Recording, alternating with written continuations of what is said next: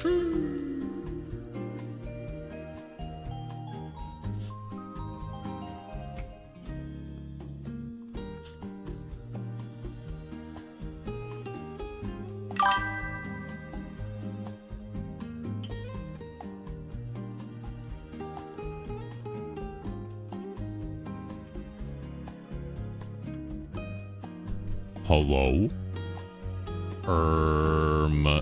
Is this thing on? What do we, hello, chat? How's it going? How you all doing? Hello, hello. Every time I gotta log back into Twitch, I just do. It doesn't matter if I select remember me for 30 days. It doesn't matter what I do. Every time I gotta log back into Twitch. I don't understand why websites ever log me out in the first place without my permission. Why? Why do they do this? Why ever? I hate it. I don't know. I hate it because every website now sends me a text message that sends me to an email address that sends me to an authenticator app that sends me to a colonoscopy. It's ridiculous. I just want to be able to log into the doodad and use the widget. Am I so crazy to want to use the widget? How are you doing, chap? How's it been? It's been like a week, I think. What are you up to? How's your week been? It happens to me too. I don't know why they do it. Why? Why are you logging me out, bro? It's so ridiculous. I have logged into this computer. This is the same computer I use to create the account 500 years ago. Why would you need me to log out of this? It's not like it's a mysterious new account in fucking Arkansas or like some made up place like Nebraska. It's the computer I use. Keep me logged in fucking forever, bro. I don't care if the fucking sun explodes. Keep me logged in. It's ridiculous. Why are you so sad? Because every time there's 800 different things. You know what? You're right. I shouldn't be sad. I should just be a positive Peter. Okay, that's all that matters. That's all that matters. Also, I ate an entire frozen pizza like 2 hours ago, and I'm gonna be real. Whoo! Chat, we got 10 days until I'm 30, and I can already feel it, brother. I can't even pound back frozen pizzas like I used to be able to. It's ridiculous. Can you read some poetry? Chat, buy me dinner first. I'm gonna bust. Thank you. I appreciate that. Excellent. Okay. Farts cutely.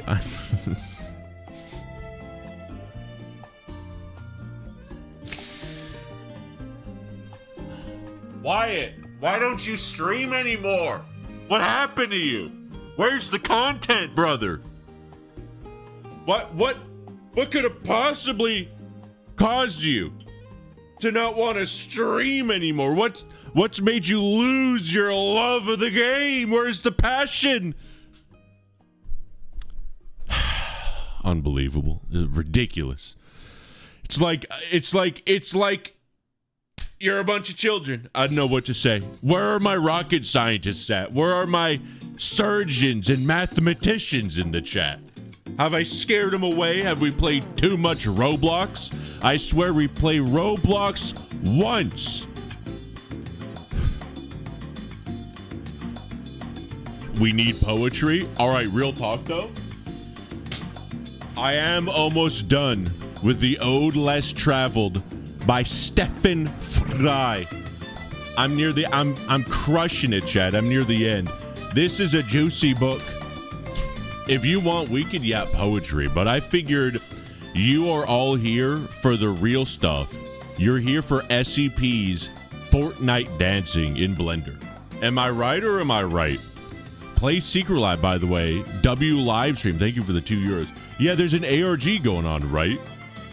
I'm going to be real. A lot has happened in the last week in my live chat, and then in the last month, Way too much has happened to me. And I don't even know where to begin, bro. Oh my God. Forget the Fortnite dances. We want poetry. We want the super cool poetry Wyatt back.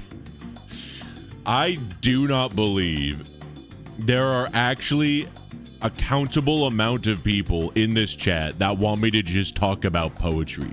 I do not believe it. Also, for those of you listening at home, keeping track at home, for those of you watching at home, we've updated the weight meter, the weightometer, and I was, I think exactly negative 90 pounds 2 weeks ago. Newest weigh-in dropped 3.6 pounds. Actually, it was 3 weeks ago because I missed a week because the machine at the gym was broken, so we couldn't do the weigh-in. So we did it this week, so it was actually 3 weeks. But anyway, negative 93.6, which, I'm going to be honest, I had maybe a couple too many cheeseburgers, folks. It could have been minus 5 pounds, maybe minus 6, only minus 3.6. But hey, you know what? Sometimes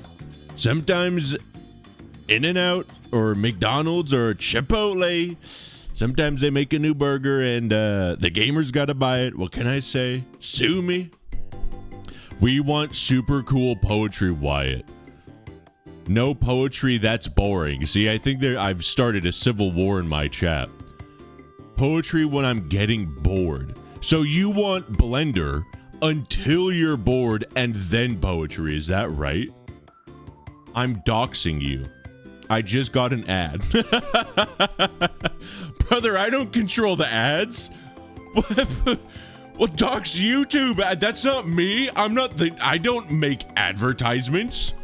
People reach out to me all the time to do ads. I'm like, brother, do you see my upload schedule? Yeah. Raid Shadow Legends. Yeah, sure. I'll pen you in for a new ad the next time a video comes out in 2089, brother. What do you mean? Like, you're blaming me for the ads? I don't even know who's in charge of YouTube anymore. There's no name to call out. I'm bored. Can you pick up the poetry book and start? You want me to start reading from this or any poetry book? What do you mean, the poetry book? There's more than one book about poetry, right? They wrote at least like 10 of them. What do you mean? Bro doesn't have premium. That's actually true. I forget that I should be poor shaming you guys way more. Not in the sense of like, oh, a streamer poor shames his viewers so he gets more donations, but more in the sense of I'm superior. Everyone with YouTube, I'm just going to say it. You know what? I'm going to say it. If you don't have YouTube Premium, you are an inferior person to someone that has YouTube Premium. I have to say it, okay? I just have to. People always complain about YouTube ads. I have not gone a YouTube ad since 2016. Every week I feel like people are talking about, oh, there are more ads now. Now there's 10 ads before I can watch a video. Every Mr. Beast video, there's 15 ads before the video, 300 ads during the video, 10 ads at the end of the video.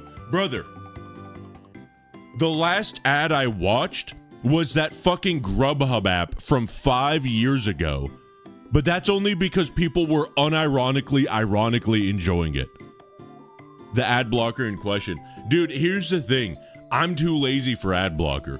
And also, ad blocker is annoying because I have ad blocker on my Internet Explorer or Microsoft Edge because I installed it. I can't remember how to uninstall it.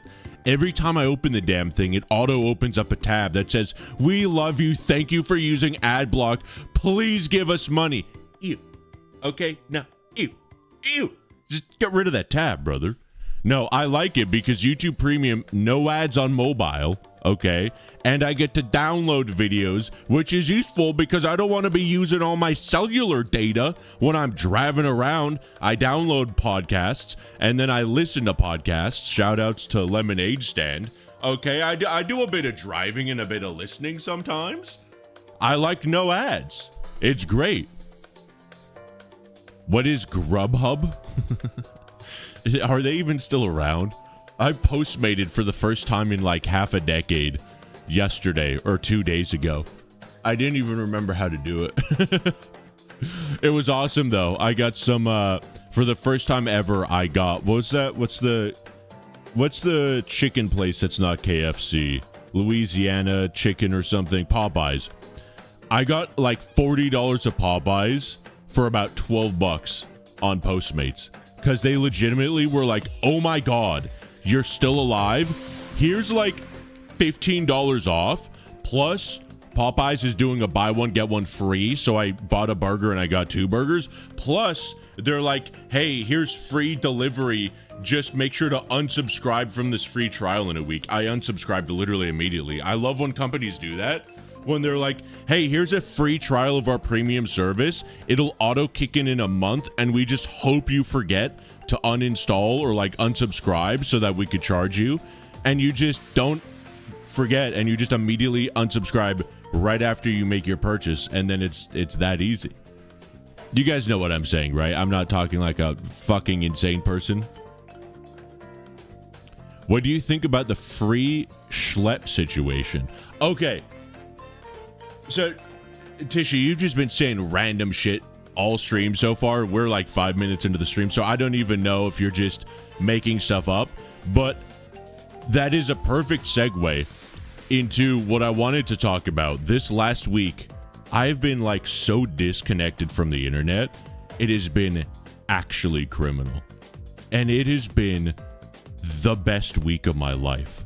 Oh my God, chat. Oh my God. So like people send me memes about stuff happening, or they send me news about the craziest glupshido event that's occurring. Dude, I touched grass. I didn't just touch grass. I gazed at sunsets. I took walks and pondered. I yearned for nature. Brother, I have been drinking water all week. I have had like 5 cans of soda in the last 3 or 4 days. I think that's why that entire frozen pizza earlier today nearly killed me. I have not felt this good for literally as long as I could remember, aside from that Popeyes. The first time like this frozen pizza, I gave my body like junk food, it nearly died. I might be becoming a hippie, chat. I'm kind of understanding now when they're saying, no, you don't get it. Touching grass is cool. Communing with nature is neat. And eating healthy makes you just feel good. I was like, there's nothing that could make me feel better than a 4x4 with animal fries, chopped chilies, and an extra large Diet Coke. There's nothing in the world that could make me feel better. I realized after drinking water with ice in it, I have a gallon of water. I put in the fridge so it's cold for the next day. I take it out. It's like almost ice cold water. I pour it into a cup of ice, a thermos with ice, and I drink it. It's the greatest thing ever. It's legitimately amazing. And now I drank soda yesterday. I had a Coke Zero, and it tasted like nothing. Literally nothing. I was like, bro, the only part of this I've been enjoying was the fact that it's cold. And now that it's like I have just cold water, I don't enjoy it. So I don't know, Chad. I'm scared. I'm almost 30, and I'm talking about eating healthy and drinking healthy and just being outside. I'm scared for myself. I don't know what's gonna happen to me. What game are you playing? So what we're gonna do is play. We're gonna play Blender. Oh, my thing isn't even in. Hold on. So we're gonna, long story short, I need to download Fortnite, and I've had Fortnite downloaded on the computer, but I've had to update it apparently, and this update that's 3 minutes remaining has been saying that for the last 45 minutes at this point. When this is finished installing, then I can use a program I have called Fortnite Porting, which then lets me port everything from Fortnite into Blender, including things like animations, emotes, of course, characters, effects, and stuff like that. And then when I have that in Blender, I'm going to make the SCPs, we're going to make a Fortnite dance and just practice a few things in Blender and maybe talk some poetry. I don't know. We'll see. We'll see. I'm kerning right now in your stream. That's a made-up word. I do not believe the kids are saying kerning right now. That is not a new TikTok meme word. Wyatt, we don't want to watch Blender. We want to listen to poetry. Reject nature, embrace poetry? Brother, what do you think like half of poetry is? You understand there was an entire movement in poetry that was literally just about nature, right? For like 250 years, we just wrote about trees. You guys know that, right? Hold on, I have a question. What do you guys think poetry is? Just freebase it, just off the dome, off the cuff, off the top of your head. What is poetry to you guys? I got an ad. That's real poetry. That's tragic poetry right there. What is FORTNITE? It's basically poetry. What do you think about clankers? Hate them. Don't say FORTNITE. IRL poetry stream when? We need a stream where you go outside in a forest and sit down and recite poetry to the audience. That would slap. Something I enjoy. I'm so lost right now. You know what? Honestly, Ash, that also somehow is a perfect description for poetry. Books? Hello, SCP fans. Oh, Goji. I'm sorry. This is a poetry stream now. Kerning is adjusting the space between the letters of a font you're creating. Are you sure? It sounds way worse than it sounds. You might be right, though. He should abandon stream and do that right now with a poetry book. Well, I can't go outside, but I have some poetry we could read. Let me whip out. You know what, actually? I've been wanting to get to this. Hold on a second.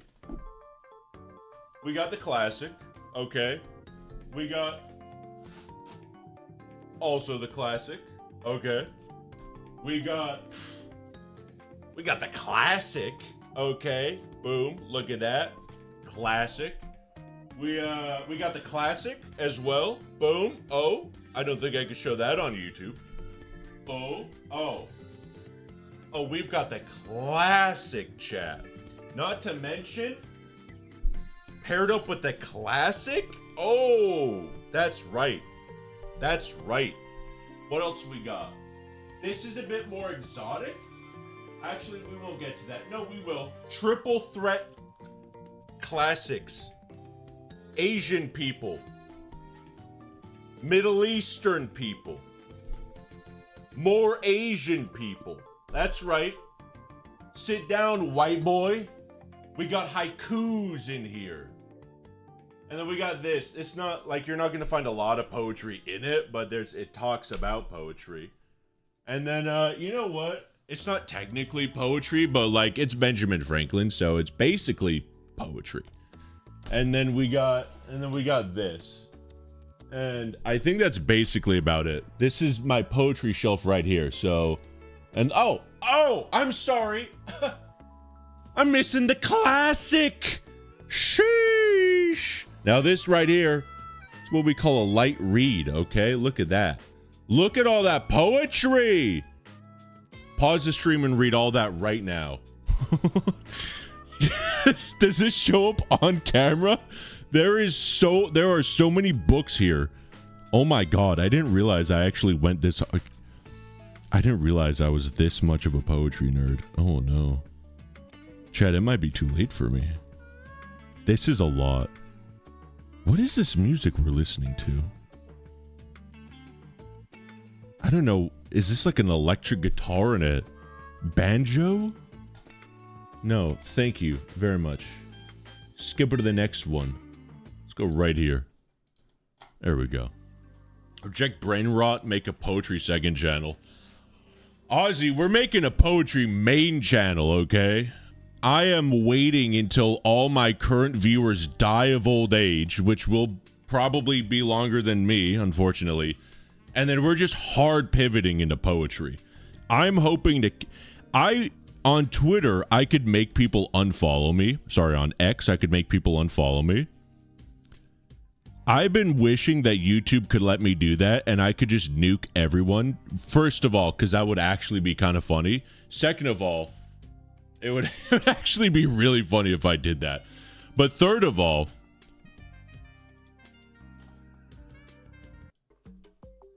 thank you. Third of all, then we could hard pivot into poetry. It'd be huge. Could we listen to 106 ASMR? Would you like me to do poetry ASMR? Because we could do that too. When you making a new short? I should have a good answer to this. Here's the thing.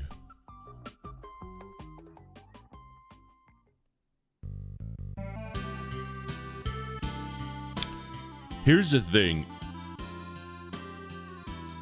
Let me get this next video out and then I'll give you an answer on the shorts rollouts. How about that? We need grass touching ASMR. What if we played a video game? Like, what if we played something like No Man's Sky or just GTA, just some Fortnite? We go into Fortnite. What if we played Fortnite or Counter-Strike, but instead of playing the game, we just went around and we just griefed people by reading them poetry? Could you imagine we're running around in Rust, sneaking through people's bases and just whispering? Once upon a midnight dreary, weak and weary. That'd scare the shit out of people. It'd actually be awesome, dude. Oh my god. Could you imagine?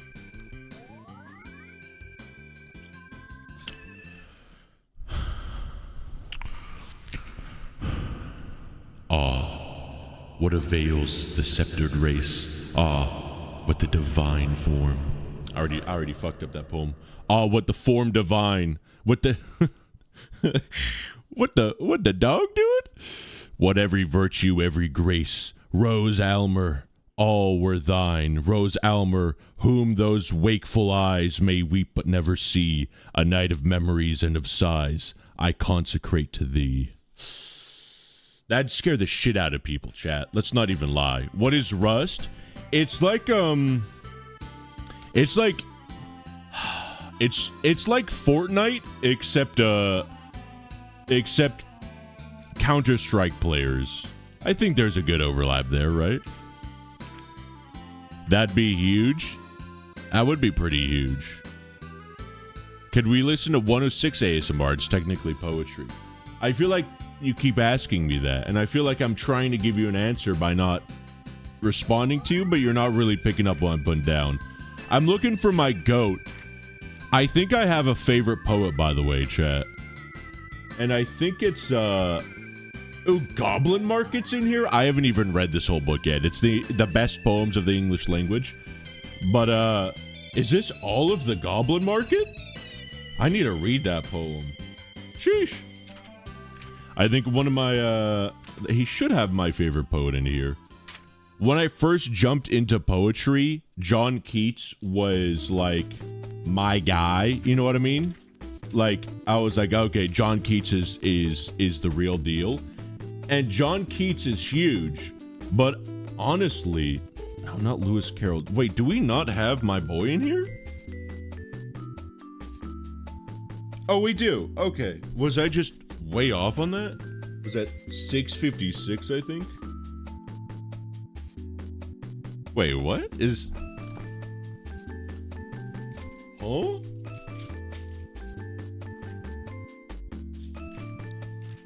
Where's my boy? He was just here. Oh, 686. Okay.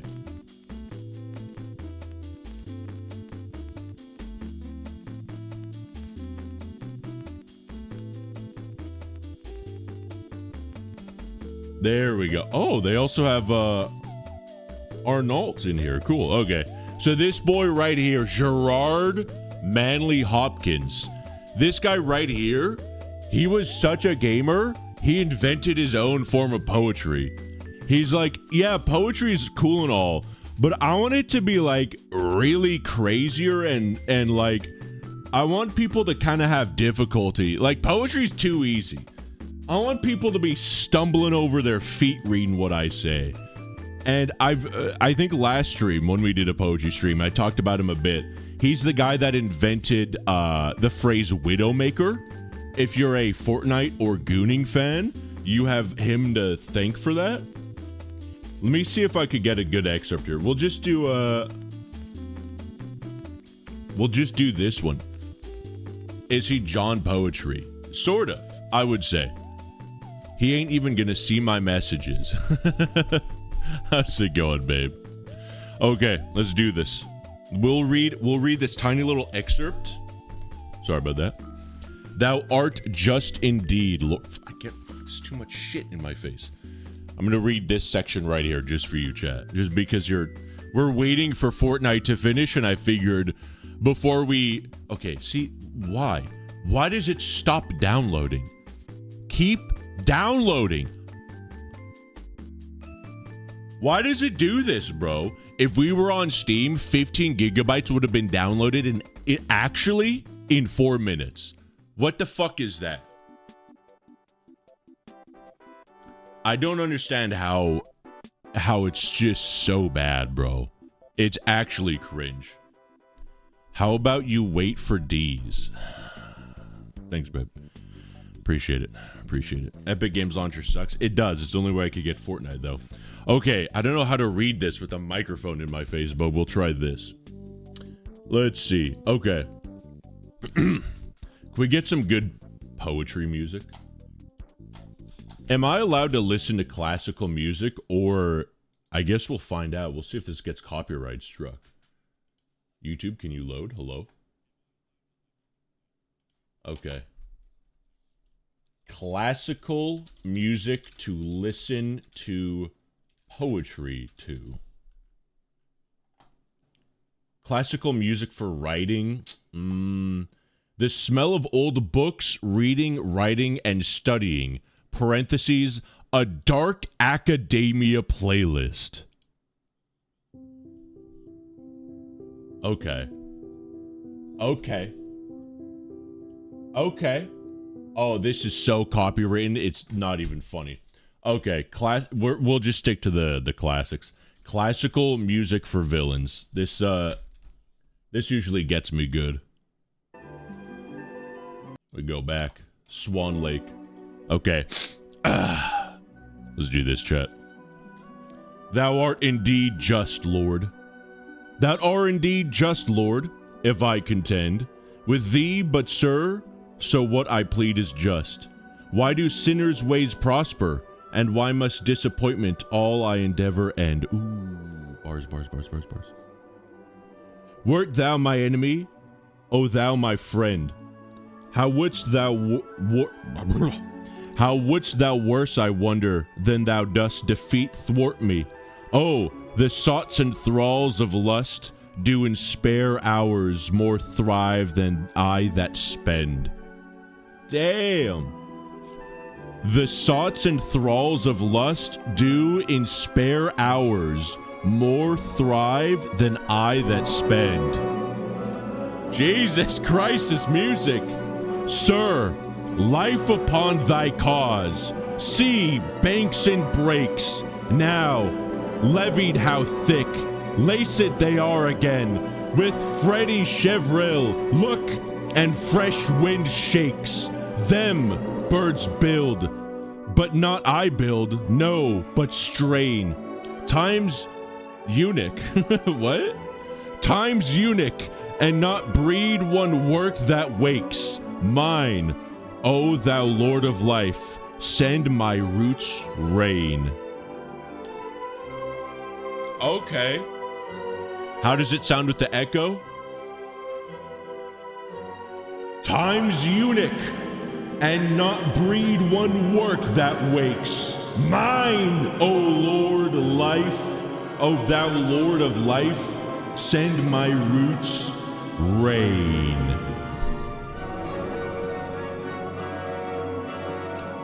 Okay, that's pretty W.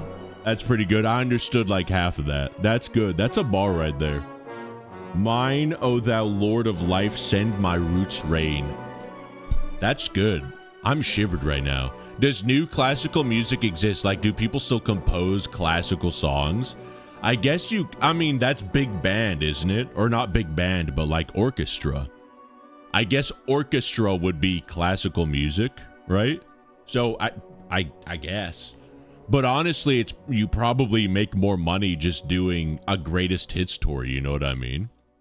You may be receiving a call. Oh, let me whip my phone out then, babe. There we go. All right, call away. All right, let's do, you know what? We got some more music in here. Do we want another poem, or are we ready for FORTNITE chat? Oh, what is this music? Oh, hold on. Perfect. Music. Buongiorno. Mute the stream.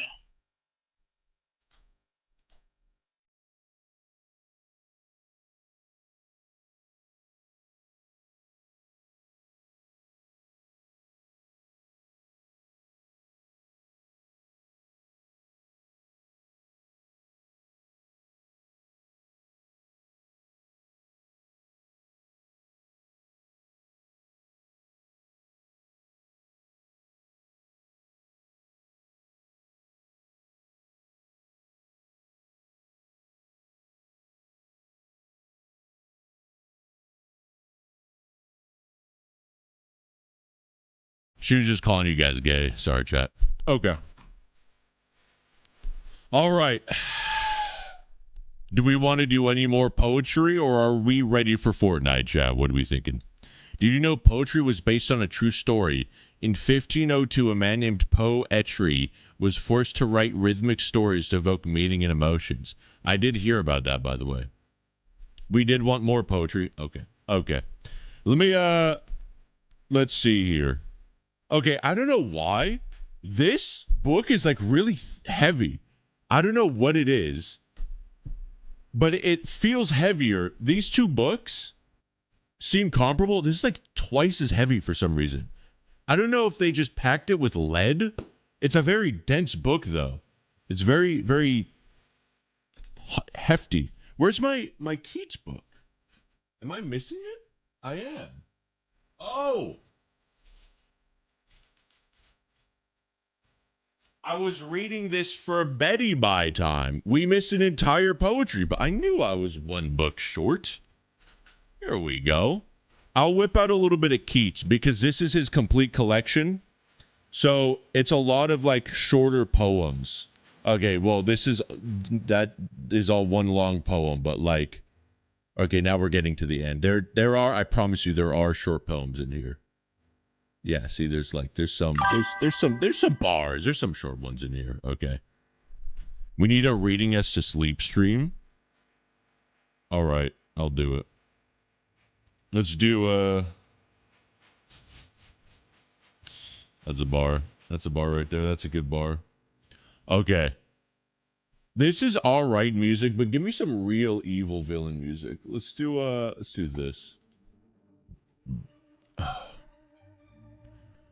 You should change your channel name to Poetry Wyatt. Well, it's already super cool Poetry Wyatt, so that's it. We don't need to change our name.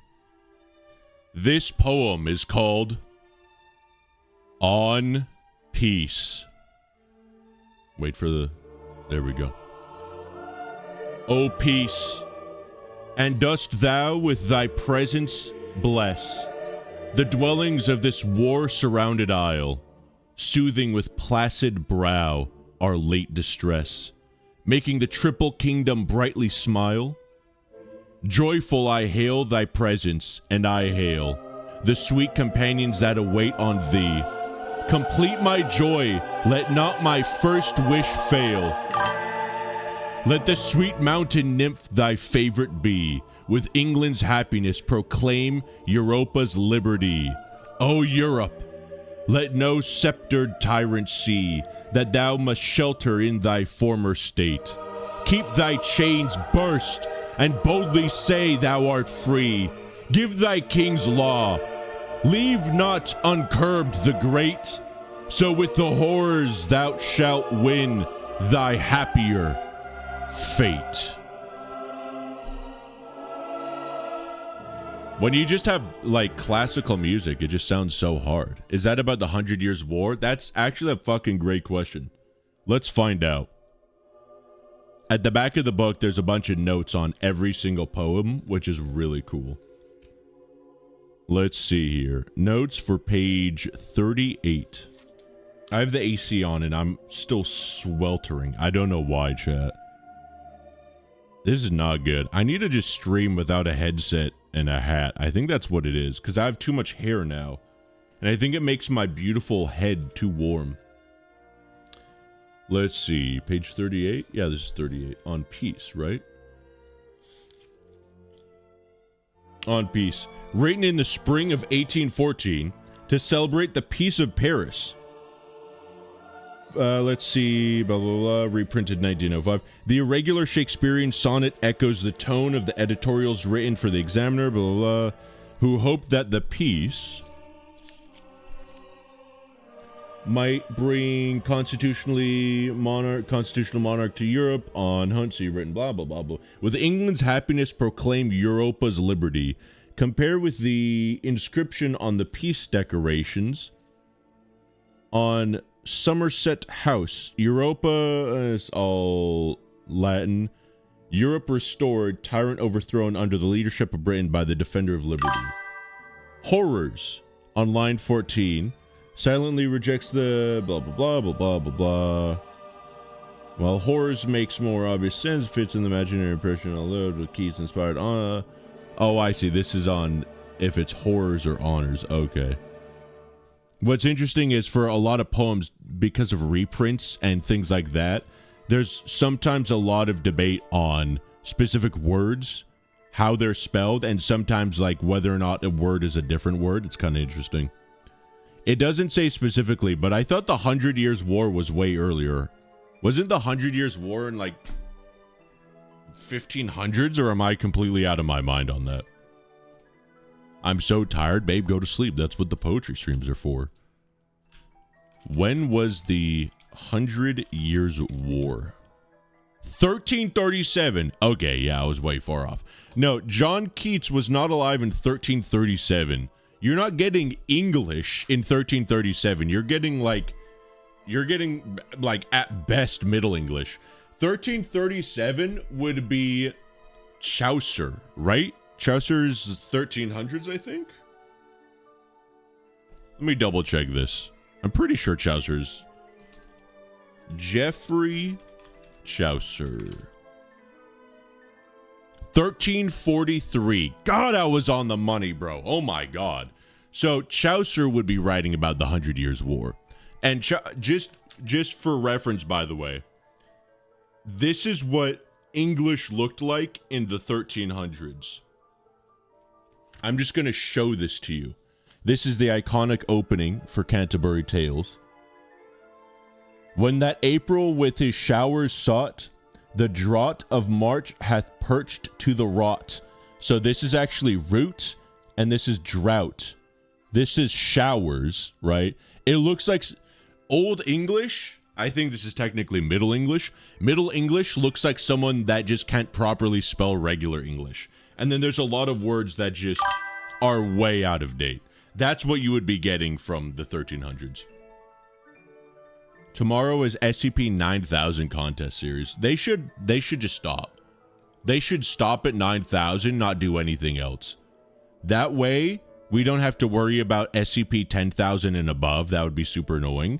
And also, if anyone wants to make an SCP game or movie or TV show, and they want their own SCPs that aren't on the wiki, they could just have an SCP in the 9000 series, like exclusively be for that canon.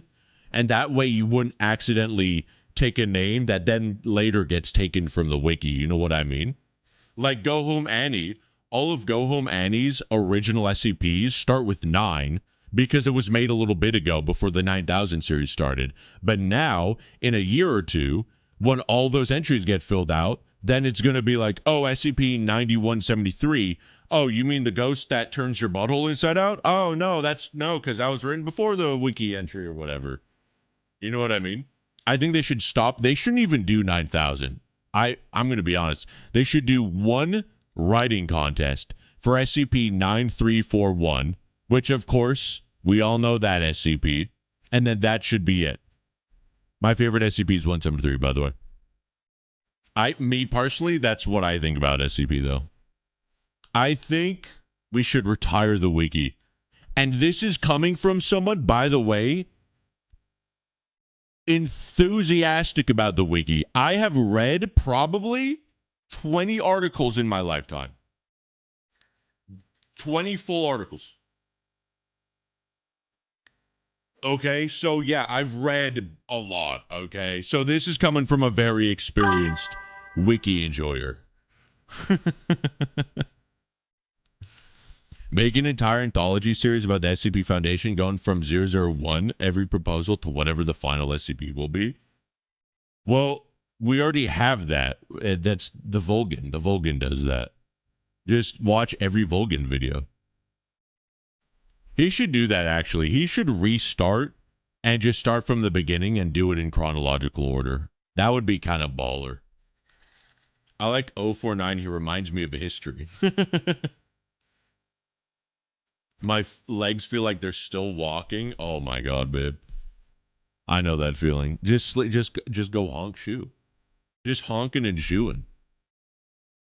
Okay, here's what I want to do, chat. This is a book I got a little bit ago. I haven't even had the pleasure of cracking it open yet. So Virgil, who was a really big poetry... This guy, Virgil, he wrote a lot of big poems. He was a big poem gamer, okay?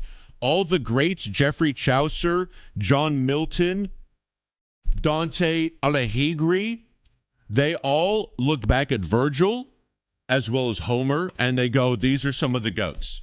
Virgil especially, he wrote a big poem called the Aeneas, or the Aeneid, if you want to spell it and pronounce it correctly, or the Aeneid, the Aeneid. And it's about the founding of Rome, basically, and about how Augustus Caesar is a descendant from the Greek gods, basically, or the Roman gods for them. It's really, you know, it's a long story. But basically before that, he wrote this. He wrote he wrote the Georgics. And the Georgics, they're about beekeeping. They're just about bees. They're about bees and society and how society should be bees. And my understanding of it is he wrote this and people were like, wow, that's so cool, Virgil. That's so great. That's so awesome. Can you shut the fuck up about the bees and maybe keep talking about how great Augustus Caesar is? And he was like, okay. And from my understanding, that's what the Georgics are. And so I kind of want to read them and see what's going on.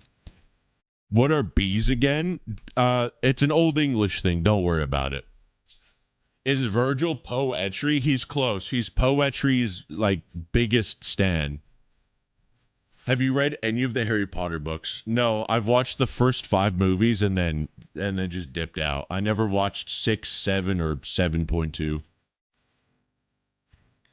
I want to just clarify. When I say bees, I'm talking about bees. I'm not talking about any, like, that's not a, you're not having an aneurysm. I'm talking about the thing, the bees. Like, jazz, yes. Like, this bee is taking everything from me. That kind of bee. I'm talking about B. Benson. Barry B. Benson. I'm talking about stupid bees. Baby, you know I'm allergic to bees. Oh, this even has the old, Latin? It would be Latin. I almost had a gamer moment and said Greek. But no, it would be Latin. Yeah. It's Latin on one page and English on the other. That's really cool. But is that poem just the entire script of the Bee movie? We don't know until we read it. That's kind of the beauty about poetry. You don't know if what you're about to read, if it's the entire script of the Bee movie or not. Just read the entire Bee movie script at this point. Well, as I just said, We might be doing that. Let's see. I want to watch Harry Potter. Should we just read Harry Potter instead? Some literature. We are watching Harry Potter for Christmas. You get no choice. All right. Let's start with this, shall we, chat? I feel like this music is good, but we should have more quaint music for bees. What's some good classical music for studying, relaxing, deadlines, concentration, working, plotting revenge? Classical music for dogs? Hold on a second. Classical music for dogs, calming and relaxing, 9-hour Beethoven mix. Okay. No, wait, hold on, though. I get it. Okay. Believe it or not, I understand now. Let's do this. What's right for bringing abundance to the fields? Under what sign the plowing ought to begin, or the marrying of the grapevines to their elms? How to take care of the cattle and see to their breeding, knowing the proper way to foster the bees. Holy shit, we are 5 lines in. I was half joking about the bee thing. I thought it was kind of a meme, but it is actually not. Oh my god, I'm sorry. Knowing the proper way to foster the bees as they go about their work. My sennas, here begins my song. Your bright lights of the sky that shepherd the year. My sennas, hold on. Let me look at my sennas here. I don't have a mouse because it's engulfed by books. My sennas. I don't think it's talking about the location. It's talking about the poet. He's talking about the poet Gaius Maecenas. So this guy, big contender apparently for poetry, was a friend and political advisor to Octavian. That's from Spider-Man. He had the arms.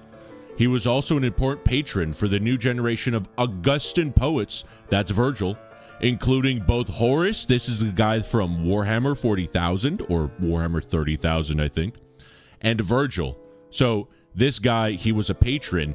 Basically, Virgil had a Patreon, and Gaius, or Gaius, could be gay, Gaius Maecenas, he was one of his top-tier donators to Virgil. In many languages, his name is an eponym for patron of arts, and an eponym, I'm assuming, is going to be a synonym. A person after whom a discovery, invitation, place, etc. is named or thought of to be named. So, oh, like eponymous. It's muted, so we can't hear it. I'm an idiot. But, okay, yeah. So, given the name of. So, if you say, I guess, Gaius Maecenas would be a patron of the arts. You could have the title Maecenas, or the title Maecenas. Is it a title? Yeah, so it refers to a title for a generous person of the arts. So, interesting. So you guys, if I opened up a Patreon, you could be my Gaius Maecenas. Interesting. And so he is... So Virgil's kind of dedicating the...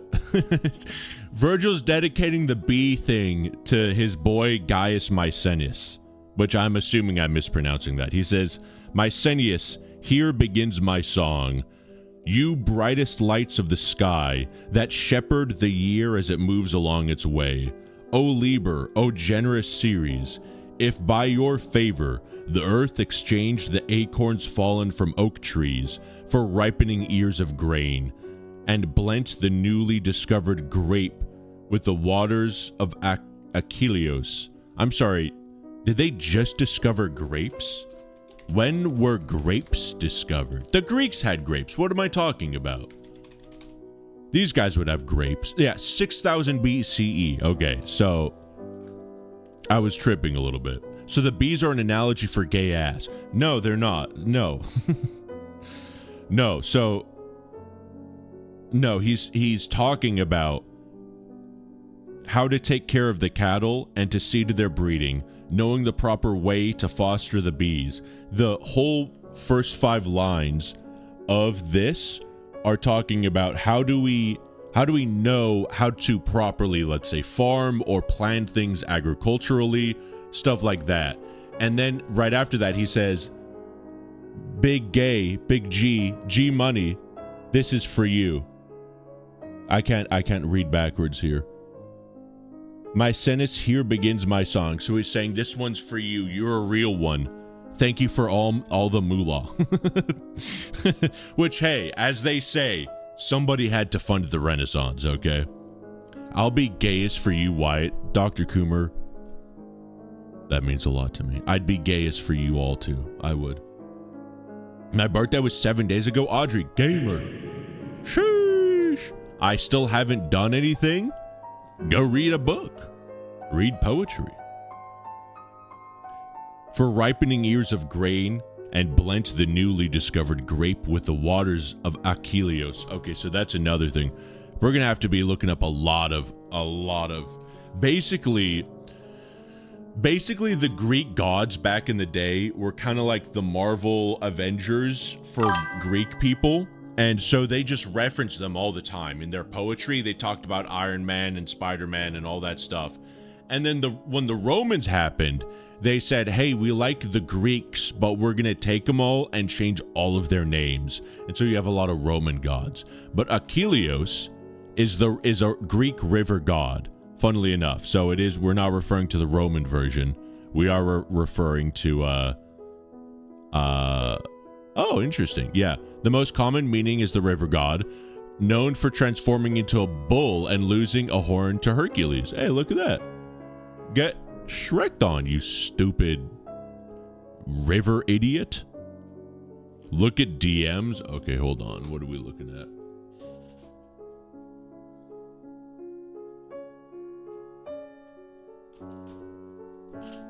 So this is where are we looking at this on stream? I guess we are. So this is where Hot Dad was staying while she was in vague ass. And then yay dad. Incredible. That's Hot Dad. That's I guess that was a car, or maybe that's her car. Maybe that's her license plate. Thanks for sharing your license plate, babe. All right, incredible. Thank you, babe. Where am I? For ripening ears of grain and blent the newly discovered grape with the waters of Achilleos. Okay, so the waters of the river god, that makes sense.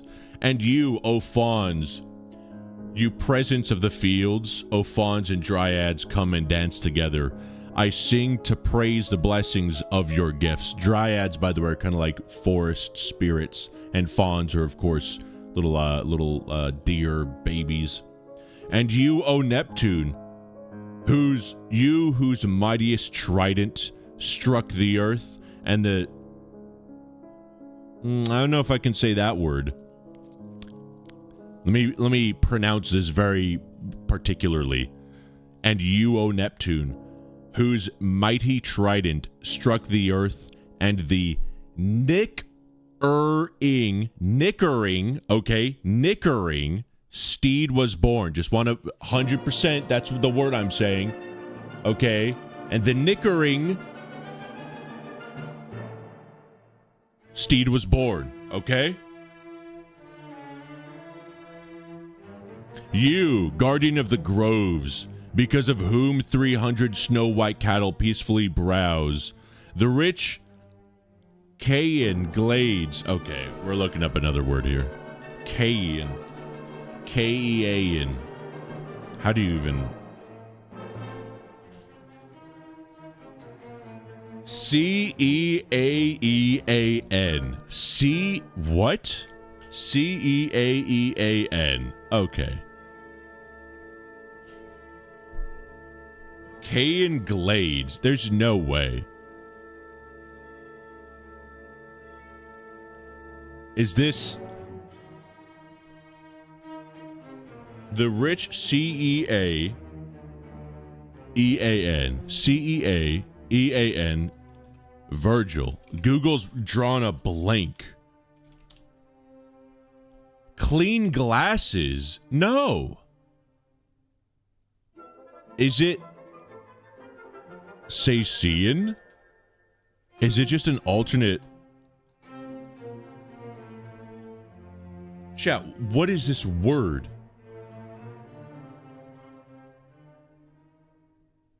Hold on. Why can't I move this properly? There we go.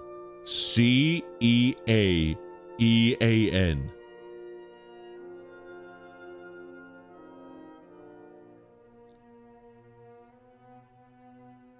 Cian.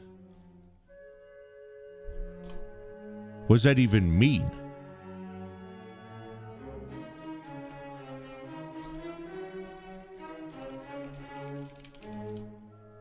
It's I guess it's cesarean, I guess. It's the only thing I could. Cesarean section? A C-section? Is that what we're doing? Julius Caesar. Okay, it's cesarean. That's what it is. Well, I'm just gonna go with that. Which makes sense because we're talking about Augustus Caesar, so I'm gonna assume it's the cesarean section. I guess? I mean the Caesarean fields? Whatever.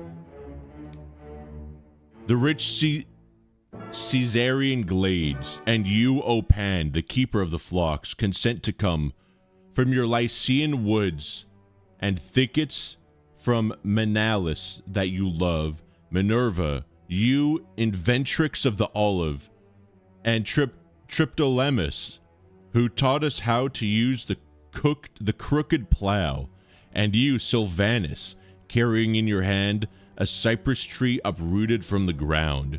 You gods and goddesses all, who which such kindness watch over our fields and vineyards, and who nurture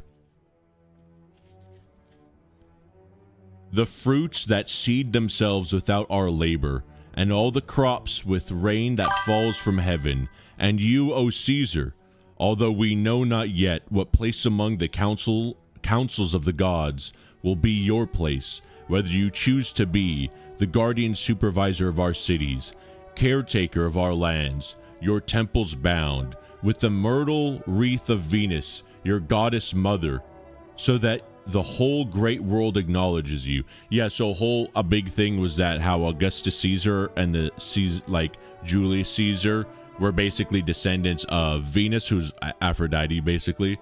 It's a whole bunch of lore, and it's probably maybe not true, but could be true. But that was the whole thing back then, was the Augustus Caesar and Julius Caesar were descendants of gods, basically. They were demigods. Let's see, blah, blah, blah, blah, blah. The author of, let's see, with the myrtle wreath of Venus, your goddess mother, so that the whole great world acknowledges you, the author of our bounty and lord of seasons. Or whether you come as god of the immense, unmeasurable sea, the god all sailors pray to, the god that Ultima Thule swears subjection to, and Tithys offers her waves, as dower for your marriage to her daughter, or whatever you'll appear in the autumn sky, a new zodiacal star in the place between the Virgin and where Scorpio will retract his claws to make a place in the heavens for you. So Virgil's really, really hyping up Augustus Caesar. He's like, you're going to be so cool. They're going to name a new zodiac sign after you. You're going to be vibing with the gods.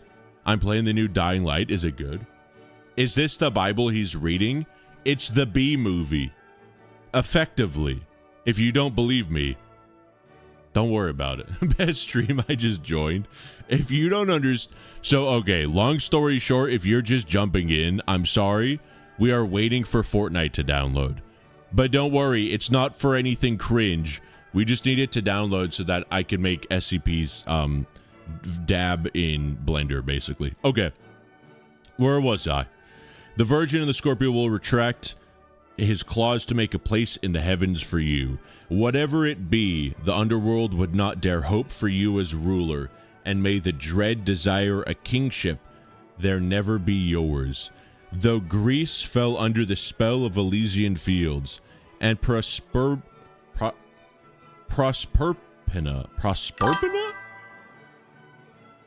And Proserpina, when her mother called her home. All right. Who the fuck is Proserpina? Proserpina? That sounds like a Five Nights at Freddy's character.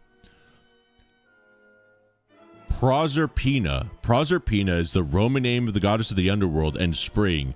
Oh, it's Persephone. Oh, okay. So Hades had a wife named Persephone, basically. It's a long story. And I'm sorry, bro. I didn't realize I was interrupting that guy.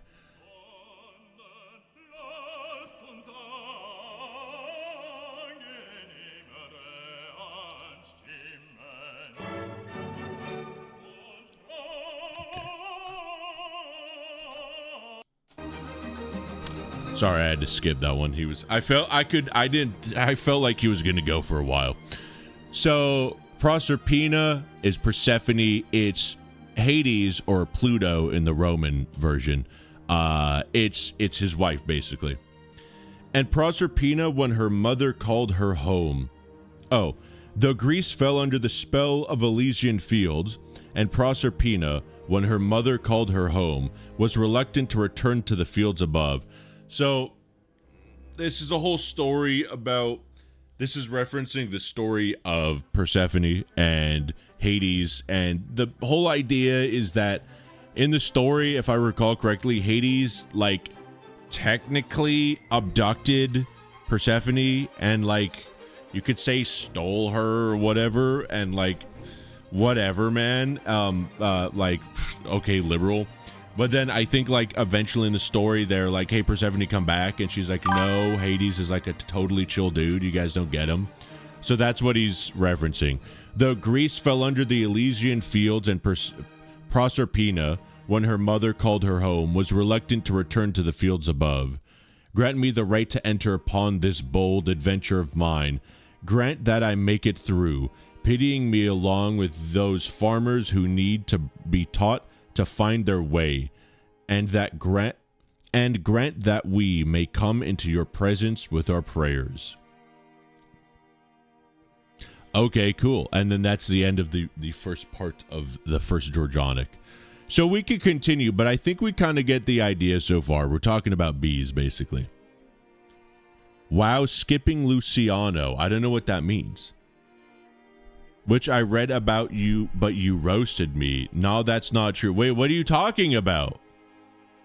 Why would they name their gods after planets? Are they dumb or something? Yeah, they are. They are. The Romans, they were pretty stupid. I'm not going to lie. I mean, if you think about it, are there any Romans alive today? No. Ergo prompto. I mean, if you ever read anything, you'd know. What are you talking about? You can't just Pepe laugh at that. No one else in chat knows what you're even referring to. Has the stream started yet? I'm back. Yeah, it has, actually. We've been talking about bees the whole time. Actually, Fortnite did finish downloading, so we can go on to Blender. If we're done with poetry, shall we go on to Blender chat? The moment I look at my notifications, you were live, I rush in to watch the stream. Vivek, welcome. I hope you're interested in bees and Fortnite. I think we're done with the classical music for dogs. I tab back in and there's a very cute picture of a dog sleeping. This is actually just 9 hours of classical music. I think just for dogs. I do like that. Let's go back to the Nintendo music for human beings, though. Yeah, there we go. Fortnite bees dabbing in Blender. Are there bee characters in Fortnite? Can you get Barry B. Benson in Fortnite? Contain all the SCPs in each mode without dying once if you haven't. Just an idea. We've recontained all the SCPs. When backflip on stream, we love 10 pilot. Thank you for the 10 plinkos. Thank you, Insulina. I knew a dude who could front flip. I didn't realize this, but apparently front flipping is way harder than back flipping. I will never even attempt that in real life, like maybe on a trampoline. I would kill myself. I'm not an acrobatic person. I'm 6 feet tall. I'm a lumbering oaf. If I attempted that, I would be dead. And then I would die on stream, which would mean YouTube would have to take down the VOD. And so no one would even see the poetry. So it would be an absolute L in every regard. Okay, anyway, are we ready, chat, to do Blender, or do we want any more poetry? I feel like we're kind of done with poetry. I'm not done with poetry for the day, but I feel like you guys are kind of clocked out. It's occurring to me, and I'm clocking it. I feel like we kind of want to do a little bit of Blender. Also, I kind of want to move these books, because I cannot stress there are so many poetry books right in front of me. I can't really do anything. We need an Adopting Barry the Bee stream. What the fuck does that even mean? What does that even mean? The only poetry I want to hear is bee poetry. So does that mean, yeah, you want more poetry? Because I'm going to be real. I feel like it wasn't even clocking to any of you guys what we were reading. I could be wrong. My life is dependent on bee poetry. I mean, I guess that's good, because these days, so many people kind of suffer in life, and they don't know what to do. They have no direction. You know what I mean? And so it's good that you know what your North Star is. Most people don't have that. Literally read anything. This is nice.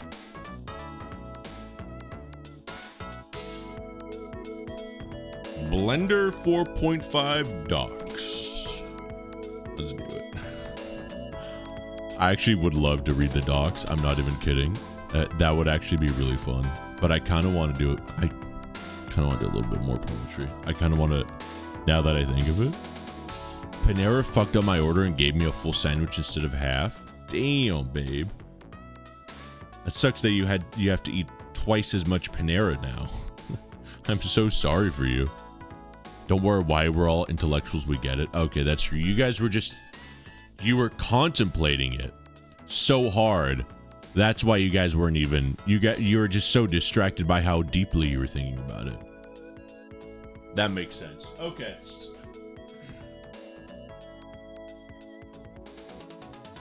What should we read?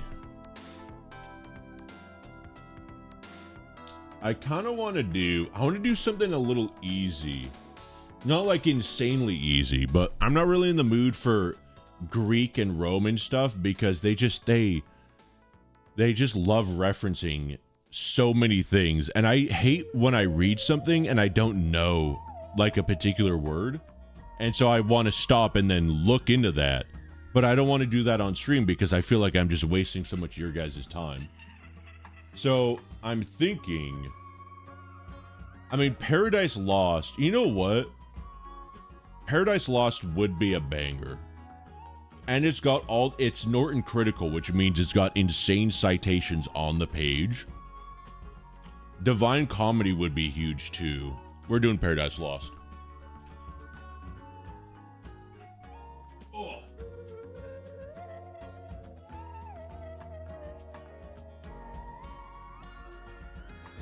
What is this spooky alien music we're listening to? I feel like I'm about to get abducted. I feel like Glorpa is about to abduct me. Okay, chat. So this right here. Got to cover that up. This right here is Poetry Lost. Paradise Lost, excuse me. From Jonathan Poetry. Also known as John Milton. Can I actually get like myself in the book in the frame? Oh my God. There we go. So this is about the Bible. You guys might have heard of that book. So Adam and Eve right here, Adam and Eve. This is the devil. This is the snake. You can tell he's the devil because, oh my God, that is the most disgusting depiction of a snake I've ever seen in my life. Dear Lord. If you can't watch the stream, just imagine a snake, but it's a human face and it's kind of like almost a baby face.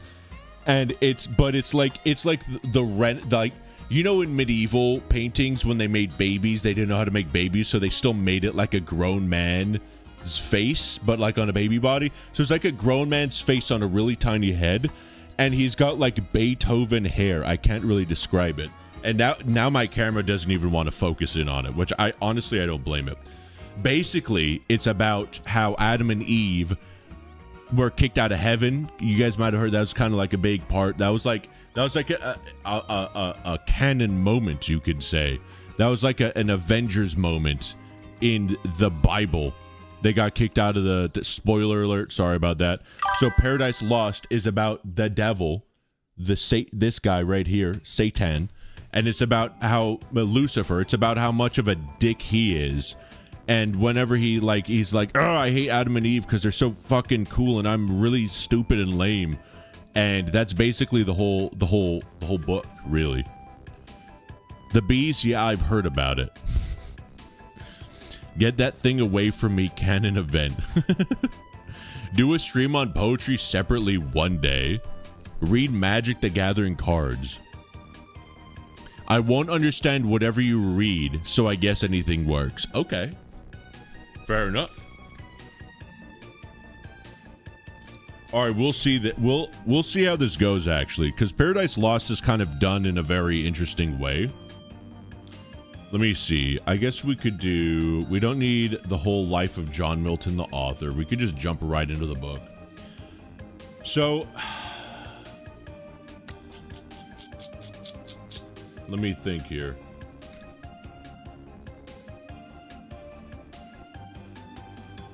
Okay, yeah.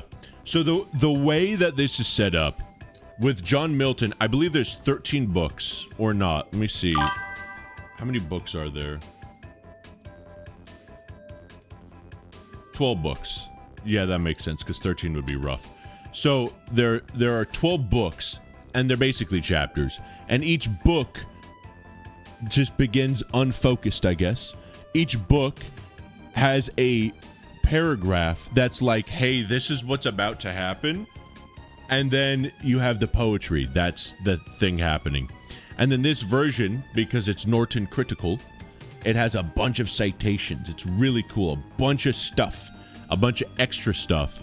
So when you read it and you're like, oh, I don't understand what's happening, there's a bunch of footnotes and marginalia that tell you things. First time hearing actual poetry, and I'm hearing people reference the Bee movie and talking about Roman and Satan. Is this normal in poetry? Yeah. We're actually not talking about bees enough. Honest to God. Okay. It all depends. It all just depends on what type of poetry you read. Okay, that's all that matters. All right. White should write his own book called 50 Shades of SCP.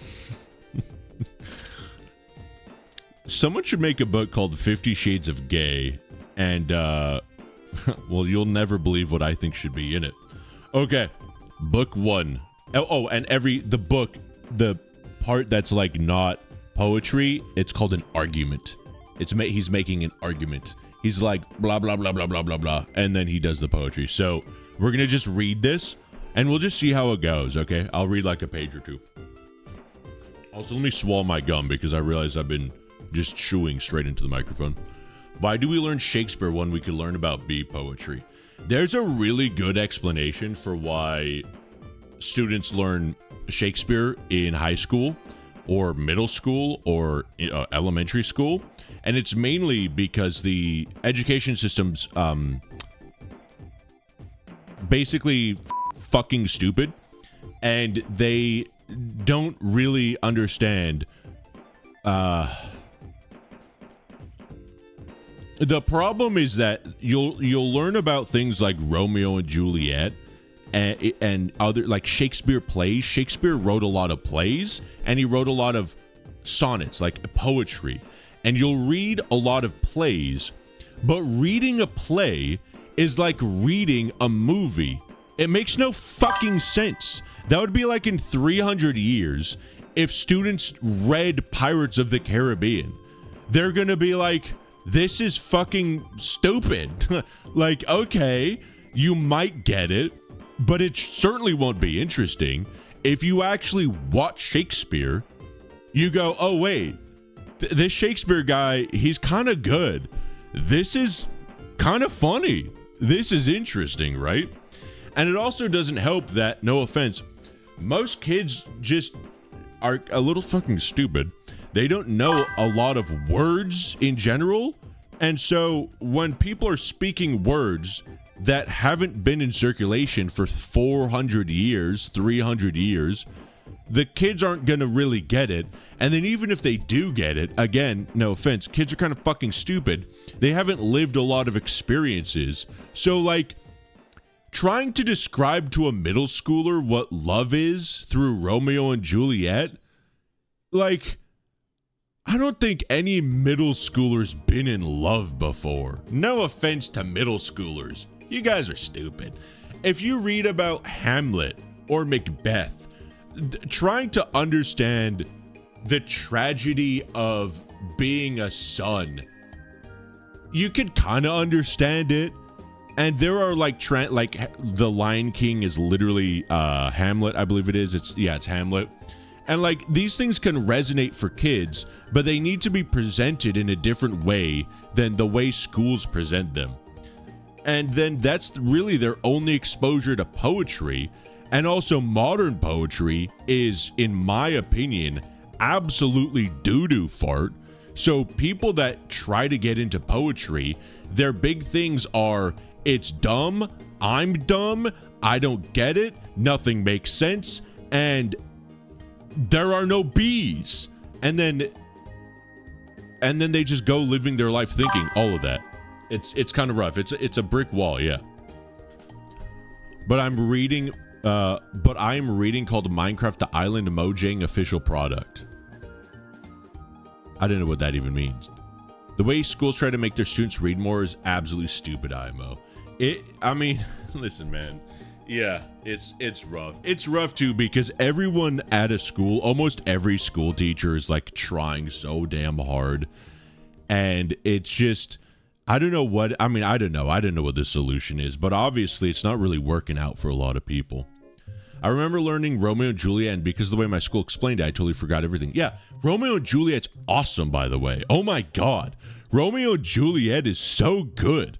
Oh my God. There's, so funnily enough, the guy that made the first two Thor movies, the first two that are admittedly, they're the first two Thor movies. They're pretty good, right? His name is Kenneth Branagh. Kenneth Branagh loves Shakespeare, and he's directed a lot of Shakespeare stuff. And I think, can you just watch the movie? You used to be able to. Kenneth Branagh movie. What if I did Shakespeare movies? Shakespeare. Oh, maybe not. Okay. Okay, I guess you can't watch them in their entirety, or you can, but you have to purchase them. I remember watching one Shakespeare movie from him on YouTube. Maybe I had to purchase it. This was like half a decade ago, but his are really good. And if you like understand what's happening in the plays, they're really good. I'm not gonna lie. I'm in middle school and I'm dating. That's cute. That's sweet. It is. Maybe there are a couple middle schoolers that understand true love. Perchance, mayhaps. In fact, Romeo and Juliet themselves, I think they're 15 and 16 in the lore, in the canon, and that's sort of part of their character. Actually, no, I'm going to double down on that because that is kind of part of their character, is they are children in love. I'm going to triple down and say, yes, children are stupid as dirt when it comes to love. Sorry, kids. What are you going to do? Fight me? I'll beat up any child, okay? No offense. If you're a child, I'll beat you up, brother. I will. I'll pick you up physically. I'll throw you. You're 3 feet tall, maximum. Why is a middle schooler watching some man talk about poetry for 8 minutes? Yeah, that's another good point. How dare you? How dare you be a middle schooler? Grow up.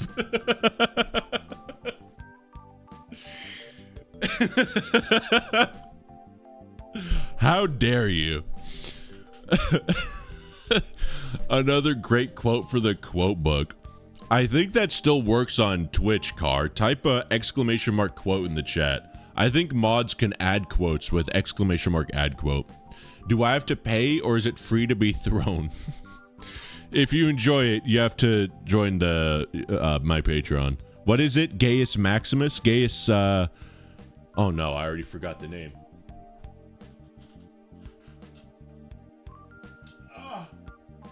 Poetry so heavy. What was his name, chat? Gaius Maecenas? Yeah. You gotta be my Gaius Maecenas. That is getting more and more rickety the more I interact with it. That's falling over soon. I better not touch it anymore. All right. I'm 5 foot something.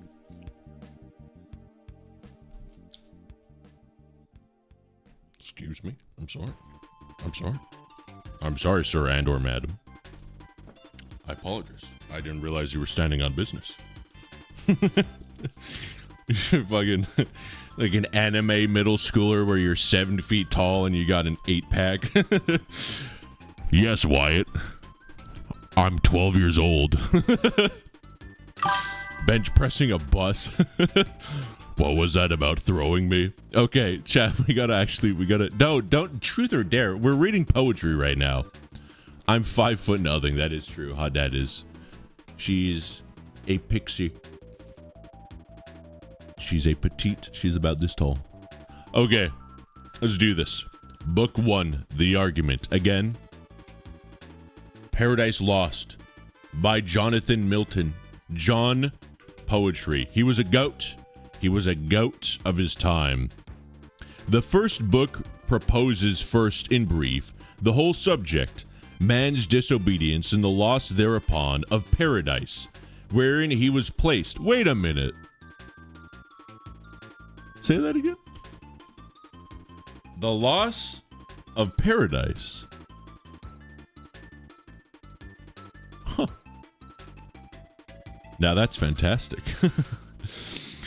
Then touches the prime cause of his fall, the serpent, or rather Satan in the serpent, who revolted from God, and drawing to his side many legions of angels, was by the command of God driven out of heaven, and with all his crew into the great deep, which action passed over.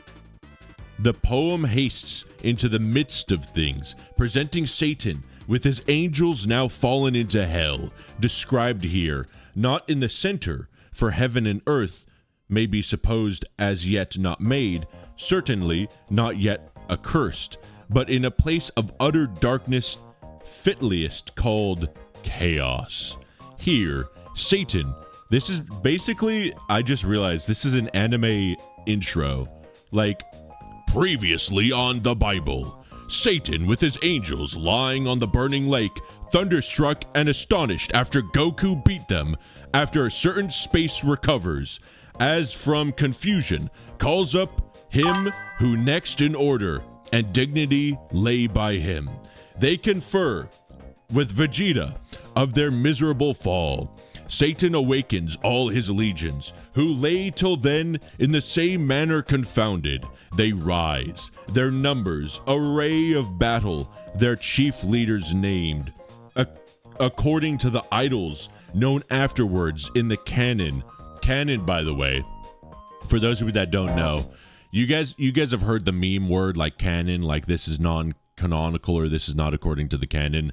Canon is an actual real biblical term, and the idea of the canon is when you're writing about the Bible and the God and Jesus, you can make like you're like this is a real canon event, or this is I'm writing Paradise Law. I'm sorry, I'm writing my name is Dante and I'm writing I'm writing the Inferno, Paradiso, and Purgatorium, and this is basically Christian fan fiction. This is non-canon.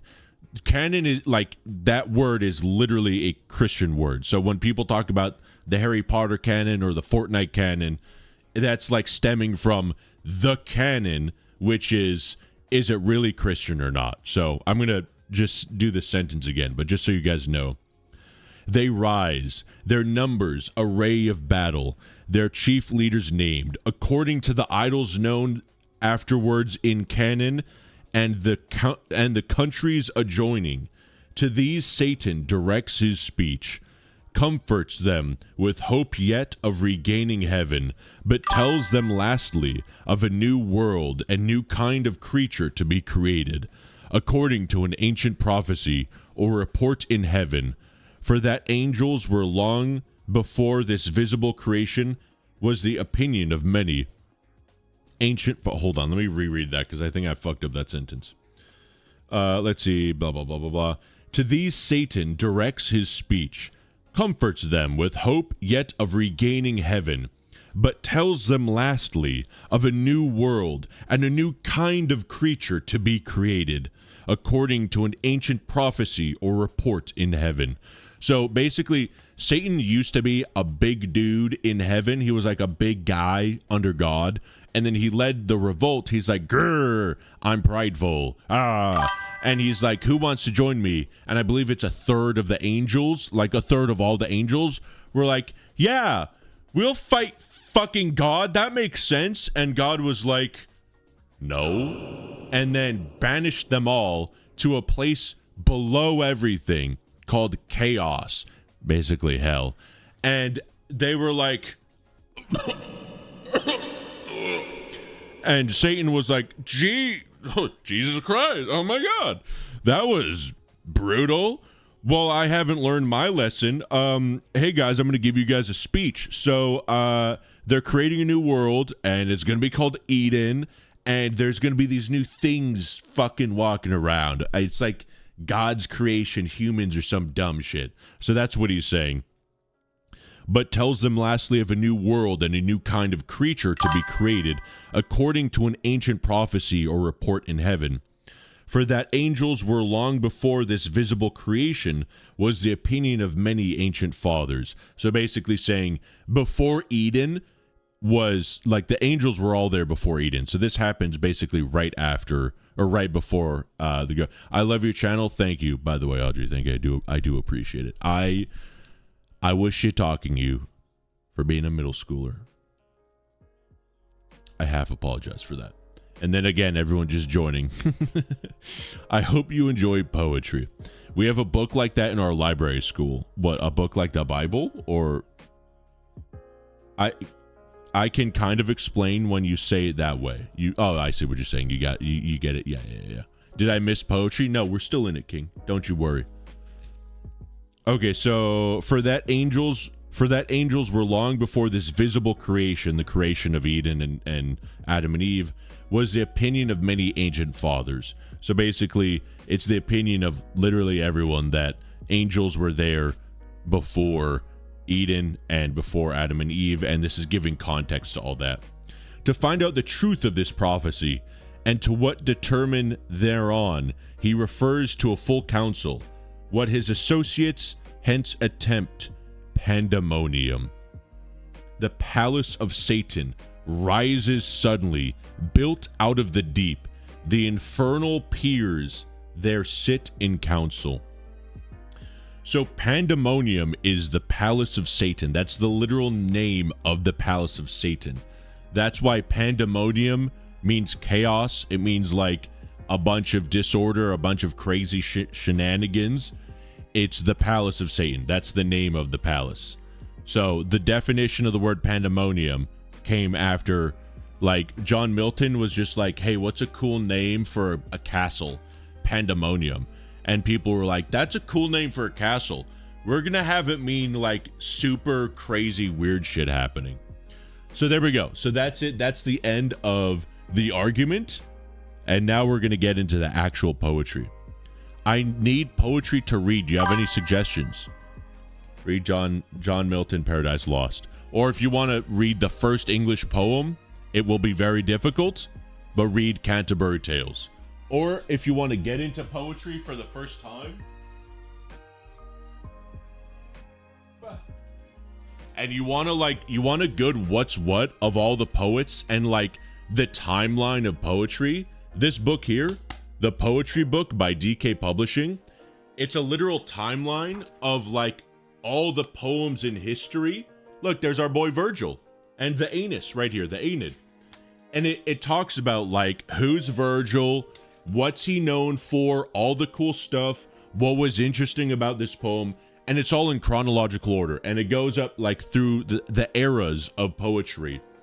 And this is really good because a lot of poets refer to older poets, right? Like, you guys saw when we were reading Virgil, he was talking about all these Greek gods and stuff. This is from earlier poets, like our boy Ovid. He wrote Metamorphosis. There's a lot of stuff from Homer. There's, you know, the Odyssey, obviously from Homer, stuff like that.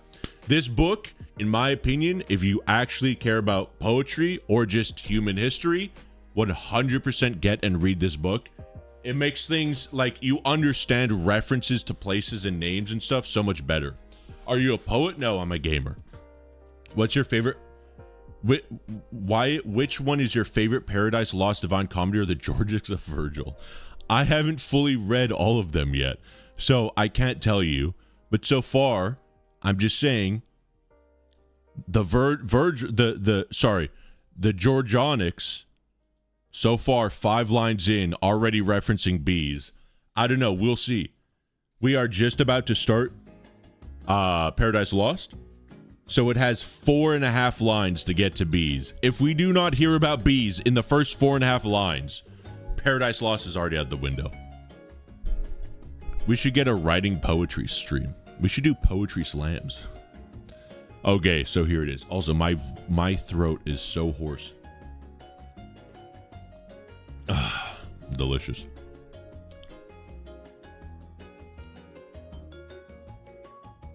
Okay. Of man's first disobedience and the fruit of that forbidden tree whose mortal I'm sorry, we gotta. Where's my Beethoven for dogs?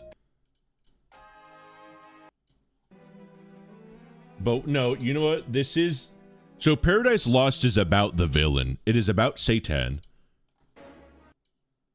So I think we do need villain music. Classical music for villains. This music will make you believe in passion. A playlist to feel like a villain plotting his revenge. That is perfect. Oh yeah, this is it. Let's do this. Okay. Of man's first disobedience and the fruit of that forbidden tree whose mortal taste brought death into the world and all our woe, with the loss of Eden till one greater man restores us and regain the blissful seat. Sing heavenly muse that on the secret top of Oreb or of Sinai didst inspire, that shepherd who first taught the chosen seed in the beginning, how the heavens and the... Wow, I can't even read right now. In the beginning, how the heavens and earth rose out of chaos, or if Sion hill delight thee more, and Siloa's brook that flowed fast by the oracle of God, I thence invoke thy aid to my adventurous song, that with no middle flight intends to soar above the Aeonian mountain, while it pursues things unattempted, yet in prose or rhyme. So that was 17 lines. That was all one sentence. This is where my thumb is. That whole beginning part is one sentence. I was waiting to get to the end of that sentence to read off some of these things. Because already, you could see here, we are on line 17 right here. You see there's every 5 lines, there's a little, that says 15 right there. We're on line 17. We already have all these footnotes to read. So on line 4, when it's talking about the greater man, with loss of Eden till one greater man, restore us and regain the blissful seat, that's Jesus. That greater man is Jesus. And then seat is home or the throne, basically the Garden of Eden. So it's saying, with loss of Eden until Jesus comes back and basically regains, we can go back to heaven, basically, right? And then talking about the muses, these are the epic muses, again, from Homer and Virgil. So even John Milton, when doing Christian stuff is talking about the muses from Greek and Roman mythology. And here also the Holy Ghost or God's creative power. So you'll see, depending on what kind of poem you're reading, you might be hearing when someone talks about the muses, they're talking about the Greek or Roman muses, which are like the people in charge of giving poets their power to like write good bars, but also it could just be talking about God in general. I'm being told to do my homework. Well, if it's poetry homework, you should play SCP Cheap Edition in the next stream. I don't know what is that? White Villain Arc. How's it going, Felicia? Take it easy, Audrey. Have fun with homework. Nerd. Thank you for the poetry lesson, Wyatt. Absolutely. Okay, and then Oreb. This is what I wanted to... I knew there'd be a line for this. So Oreb and Sinai. Sinai is a bit more famous. I think a lot of people have heard of Mount Sinai or Sinai. I think it's pronounced Sinai. Two names for the mountain on which Moses recovered from God the Ten Commandments and the law. Sion, the mountain of Jerusalem, where King David composed the Psalms, and Halcyon, the mountain sacred to the classical muses, inspiring pre-Christian Greek literature. For these and other proper names in the text, see the glossary of names in Paradise Lost. So basically, Oreb, Sinai, these, and then all these other mountains, they're very important mountains to a lot of theology and stuff. It's on ModDB. Everything's been retextured. What does that mean, though? I'm scared. Like, just no. I don't even want to know, actually. Maybe we will do an next stream. That would be kind of fun. And then, yeah, Aeonian Mountain, the Oracle, Spirit is the Holy Spirit, Holy Ghost. And then, okay, good, yeah. Okay, good. And chiefly thou, O Spirit, that dost prefer before all temples the upright heart and pure, instruct me, for thou knowest, thou from the first wast present and with mighty wings outspread, dove-like satst brooding on the vast abyss, and maddest its pregnant. What in me is dark, illumine. What is low, raise and support. Okay, hold on. Are we...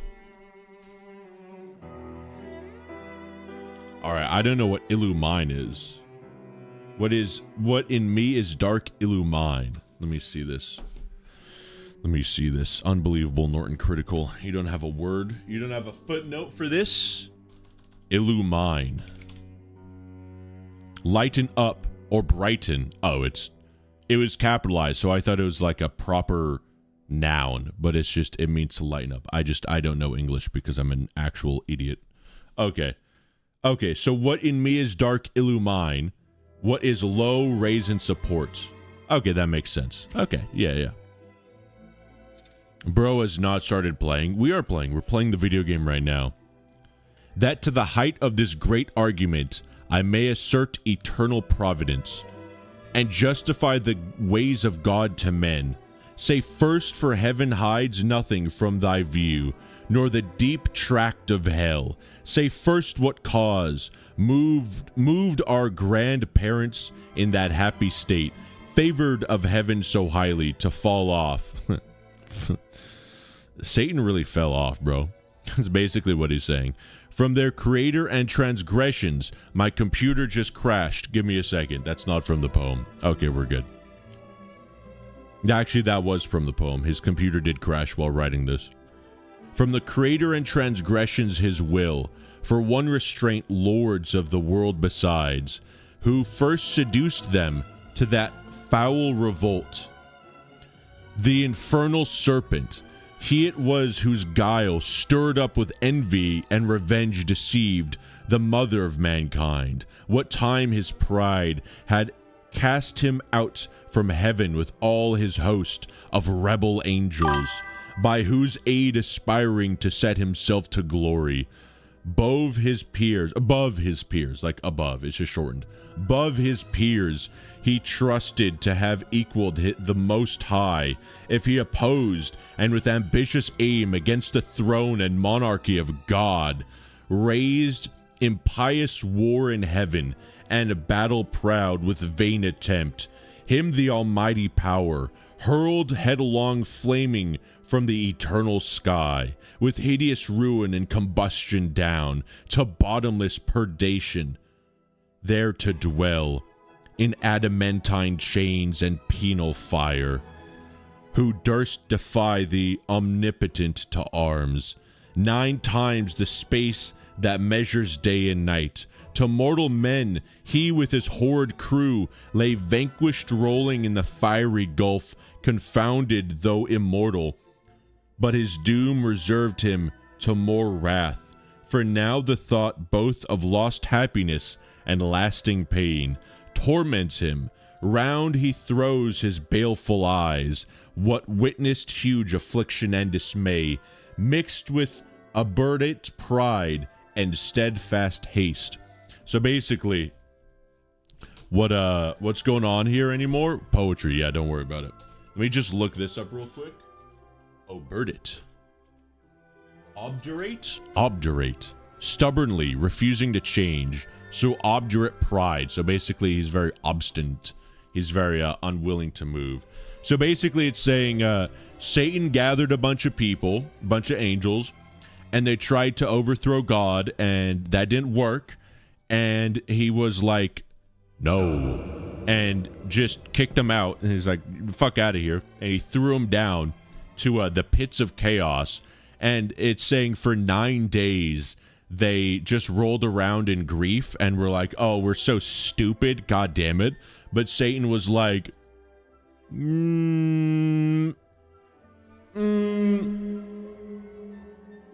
let's try it again, shall we?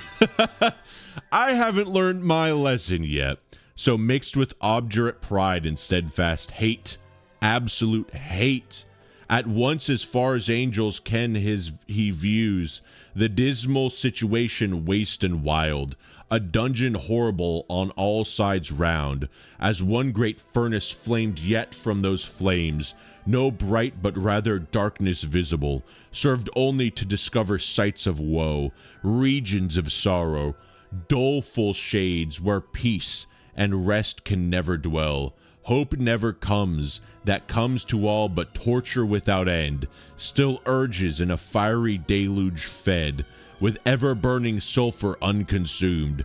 Such place eternal justice had prepared for those rebellious, here their prison ordained, in utter darkness, and their portion set, as far removed from God and light of heaven, as from the center thrice to the utmost pole. Oh, how unlike the place from whence they fell!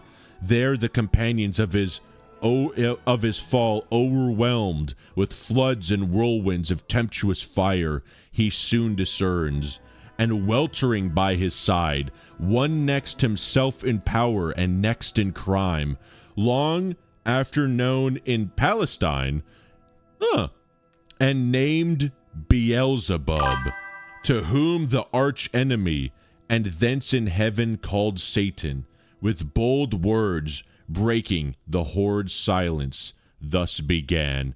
And then it begins, this is his famous speech. So real quick, so far we're kind of following what's going on, right? We're understanding what's going on. We're getting the gist of it. You could say Paradise Lost is not just about Adam and Eve losing their paradise of Eden. We're putting our thinking caps on here. Okay, we're putting on the thinking caps here a little bit, chat. Paradise Lost isn't just referring to these two naked gooners, but mayhaps, Paradise Lost is also referring to how Satan and his brood full of angels lost their paradise too.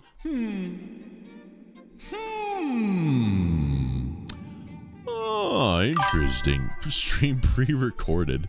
No, I just don't read you guys. I'm reading poetry, goddammit. How capable of dumbifying things to my level of intelligence is impressive. It's just me.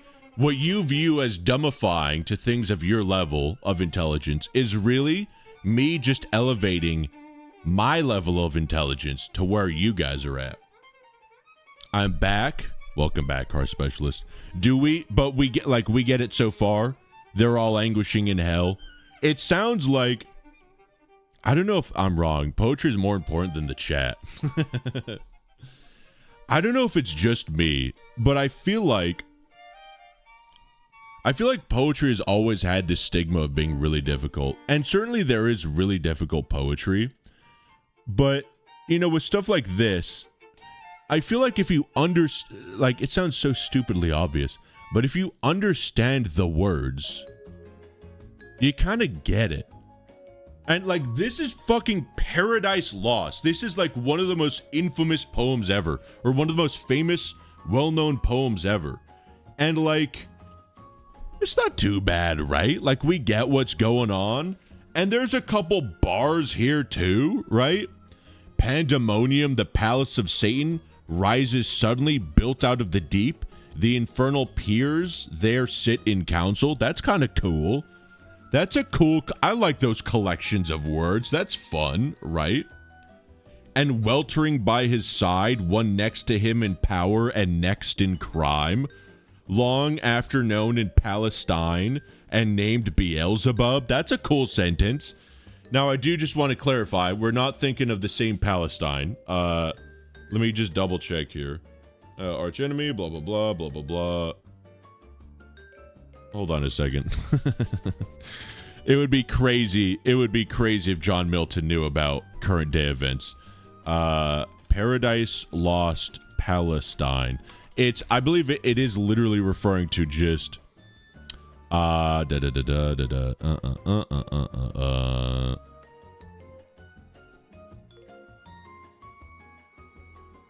no. John Milton. Okay.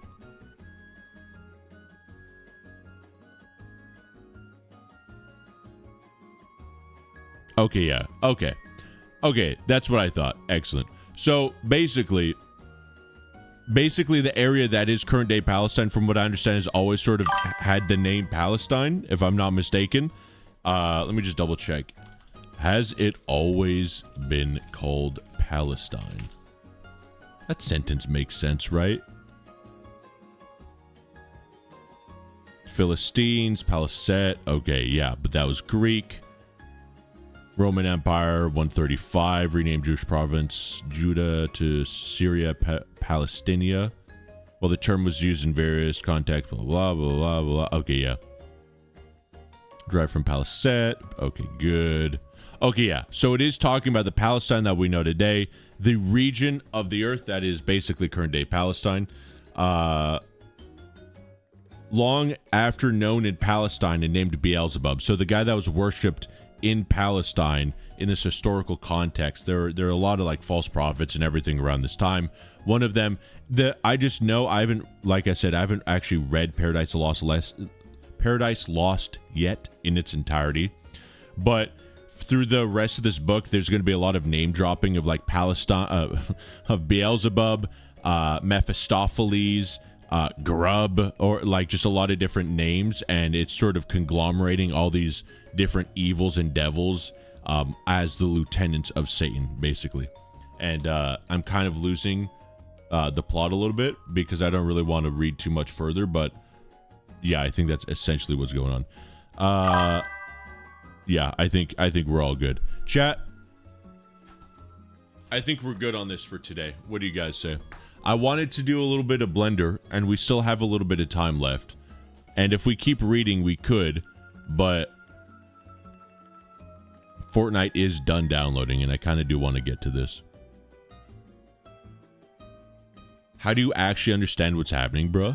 Well, it's just, I mean, you just read the words, and then if you have a question, you look up what the word means, like what I just did with Palestine, with Google. And then also there's all these footnotes that you could read. And then you get it, right? Still kerning, by the way. Kern away, gamer. We should do a poetry stream on poetry soon. Okay, I'll tell you what. I should be done with The Ode Less Traveled by Stephen Fry. I'm hoping in the next day or two over the weekend. And this book it's about how to write poetry, right? You know, it's about, there's sections on rhyme, form, and meter, and all that, you know? All that good stuff. When I finish this book, would you guys be interested in a stream on the fundamentals of poetry? Because that could be kind of interesting. 67. Yeah, I guess so. Yeah, I guess so. You're so right. Can't escape 67, no matter how hard I try. What is, in your opinion, the best book to get into poetry? YouTube 67, Shorts 67, Live 67, yeah. So, the best book to get into poetry, you want to read this right here, the poetry book by DK Publishing, right here, DK Publishing. They do a lot of this stuff. There's like the philosophy book, the history book, like a whole bunch of different stuff. This one on the poetry book is a timeline of all the poems, all the big important poems in all of history, the main characters. It's basically, you know, it just goes over all the Fortnite OG characters. So you want to read that. That gives you a good grasp of the world. And then I would say right after, read The Ode Less Traveled by Stephen Fry, which is a lot more of a technical breakdown. And he references a lot of poems in here. He references most of the poems he references in here, and the poets he talks about are in this book.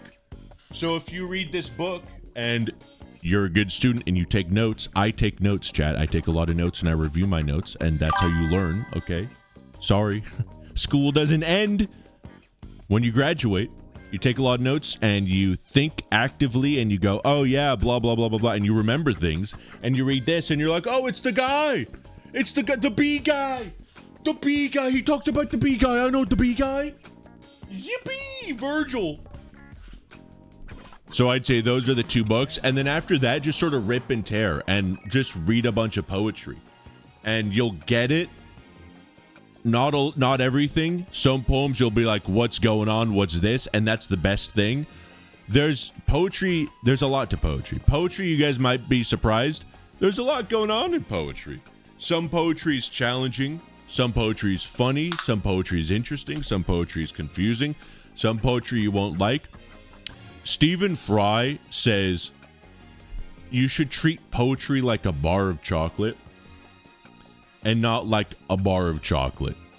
So when you're eating chocolate, the best way to eat chocolate isn't to just stuff your mouth full of it and get fat, because then you get sick. The best way to enjoy poetry is like a bar of chocolate. The fuck was that? Was that the song? Bro, my music just agreed with me. My mouse is also dead. I can't change the music. That was weird. Okay. Anyway, wow, that startled me. Poetry is like chocolate. The best way to enjoy it is slowly and savoring every delicious bite. You take a good poem and you unwrap it. Sometimes you could find so much in so little, and that's what I love about poetry. You could take a poem that's pretty simple and you could crack it open, and sometimes you could find interesting things that the original poet didn't even think about. I know that sounds crazy, but it's genuine. A lot of poets reference earlier poems and earlier poetry. They're just, you know, poets are a bunch of nerds. They like to do that. And also, poets in general have read so much poetry. Sometimes they'll just sort of subconsciously reference earlier poets, and they'll be like, no, bro, that was not a reference. And everyone's like, no, it is a reference. And the guy's like, oh, you're right. Cool. It's really fun, actually. I feel like Wyatt is my writing teacher or reading. How dare you call how AI... wow, Jesus. How dare you call me out on how I eat chocolate? That's what you get. Poetry is 50-50. You find those good ones and then you find the bad ones. Yeah, that's why don't like... Look, there's a reason we've only been talking about poetry that came out hundreds of years ago, okay? I don't want to get into it because I could be wrong. I'm still super new to poetry, okay? I've just started the poetry journey, but I have a feeling I know why poetry sucks these days. And I don't really want to say why I think this way, even though I'm probably 1000% right. I want to be like a master of poetry first, and then I want to give my incredibly correct takes on things.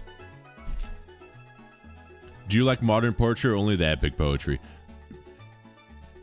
There are some modern poets that are good, but in general, basically, like almost 200 years ago in the 1850s, there was this revolution in poetry called free verse poetry, where everyone was like, hey, we should do poetry, but we should have, like, we don't care if the words rhyme, and there should be no set length or meter or formulation of the poem. It could just, basically in 1850, they invented vibe coding for poetry. They just vibed it out. They were like, I want the next line to start now. There is not a lot of structure to it.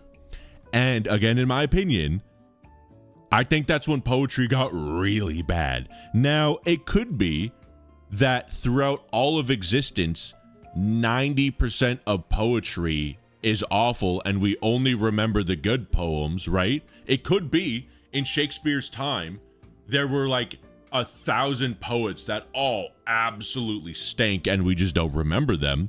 But I don't think that's the case. I think in general, what is happening? I don't care. Just get me out of FORTNITE, bro. I had to load into FORTNITE to load the models, and now I can't get out. What is this goddamn menu I'm looking at? Confirm settings, please. What am I doing, chat? What am I doing wrong? How come I can't? Am I like? Is this? Am I? Do I have to Alt F4? What is going on? That's just prose, not poetry. Yeah, exactly. And so that's the thing is, in my opinion, I feel like free verse poetry is like writing music without instruments. Sure, you could do it, and it's a thing. It's called a cappella, but don't turn all of the music industry into a cappella just because a couple good songs work that way.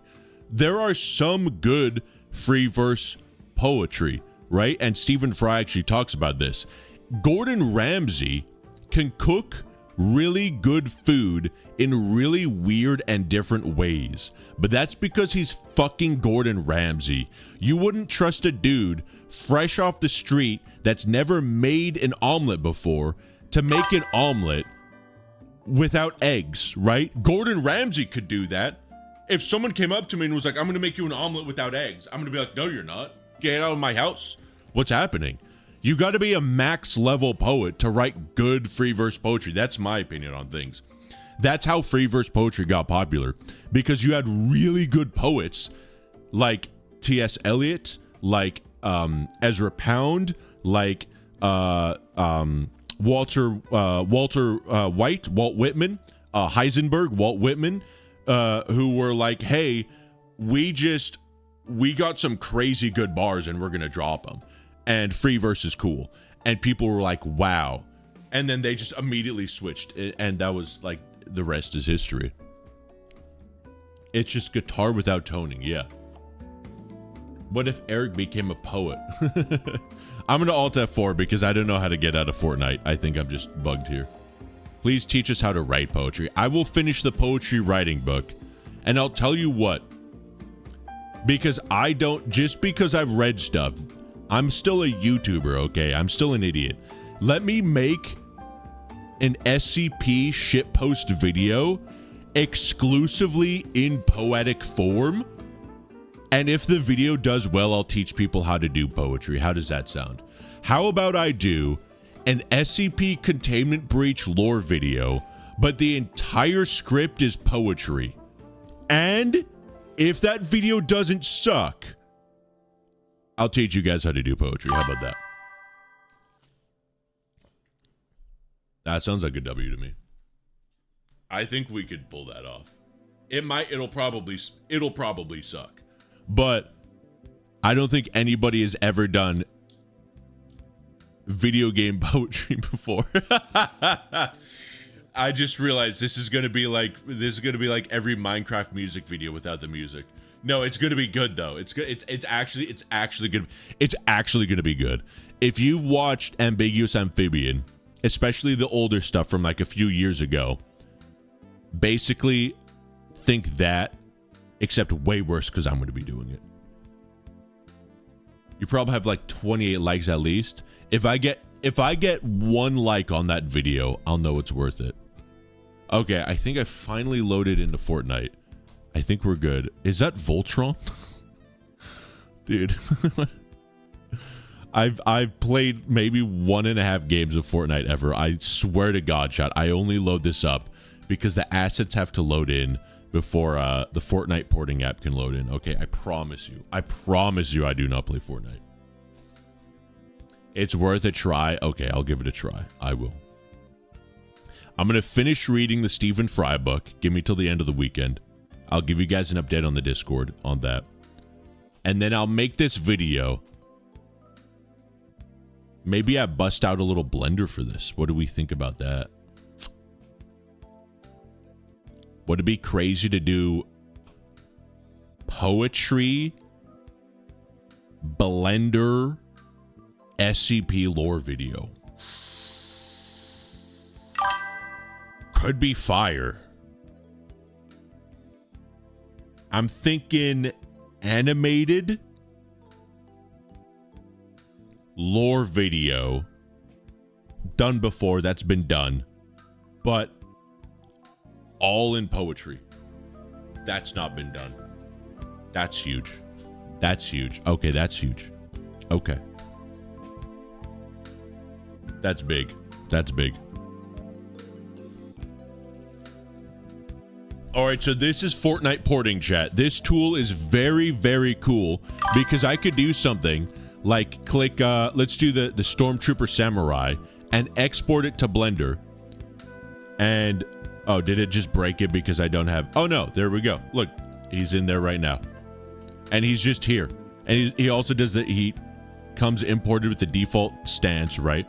We could do material preview. Let's load in the materials real quick.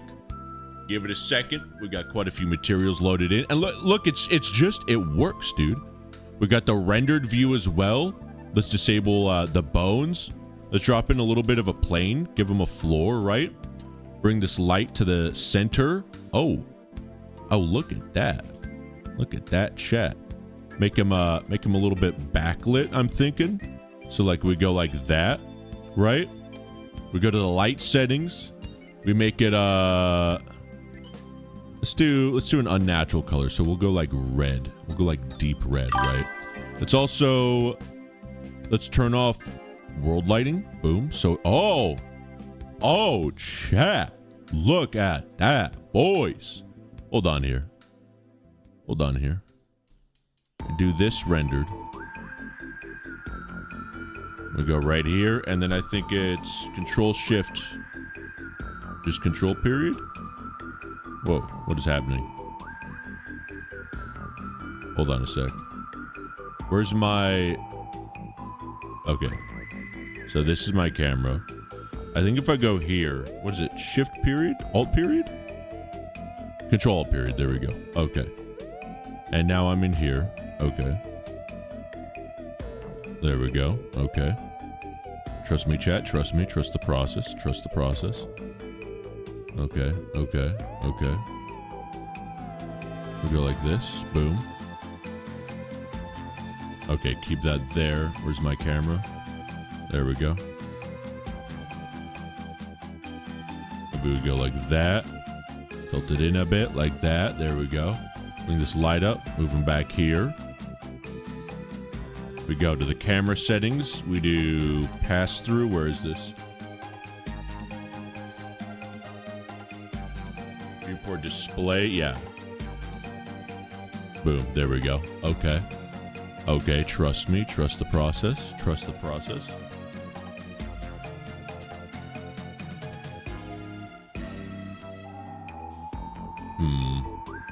What if we did like instead? What if we did like that? Oh. Oh. Okay. This is interesting. We did a little bit of ray tracing. That completely breaks everything. Very cool. That literally hardly changes anything because there's nothing really to ray trace. That's okay. And what if we did... See, this is where it gets interesting, chat. This is where things get very interesting. We go to emotes. What's the name of your guys' favorite Fortnite emote? Do you only stream on Fridays?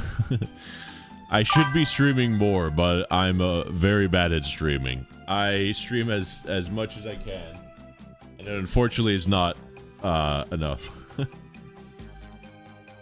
My PC's gonna die because my shit charger takes years. Oh my god. I have to go back to watching in silence. Good luck, monkey. Godspeed. The gritty? Alright. Get gritty. And I believe since we've got his, yeah, we got that selected, we just do export. And he's hitting the gritty. It's that simple, chat. It's literally that simple. But wait, there's more. We're going to go to the asset browser. And we're going to go to my asset, Wyboewi. SCP containment breach. We're going to go to NPCs. And we're going to... How cursed do we want to get right now? Let's do... link. Yeah. All right. Let's bring in 049. Okay. Okay. Okay. We need to do... I'm going to zero him out real quick. And then empty. Nope. I don't want that. Empty.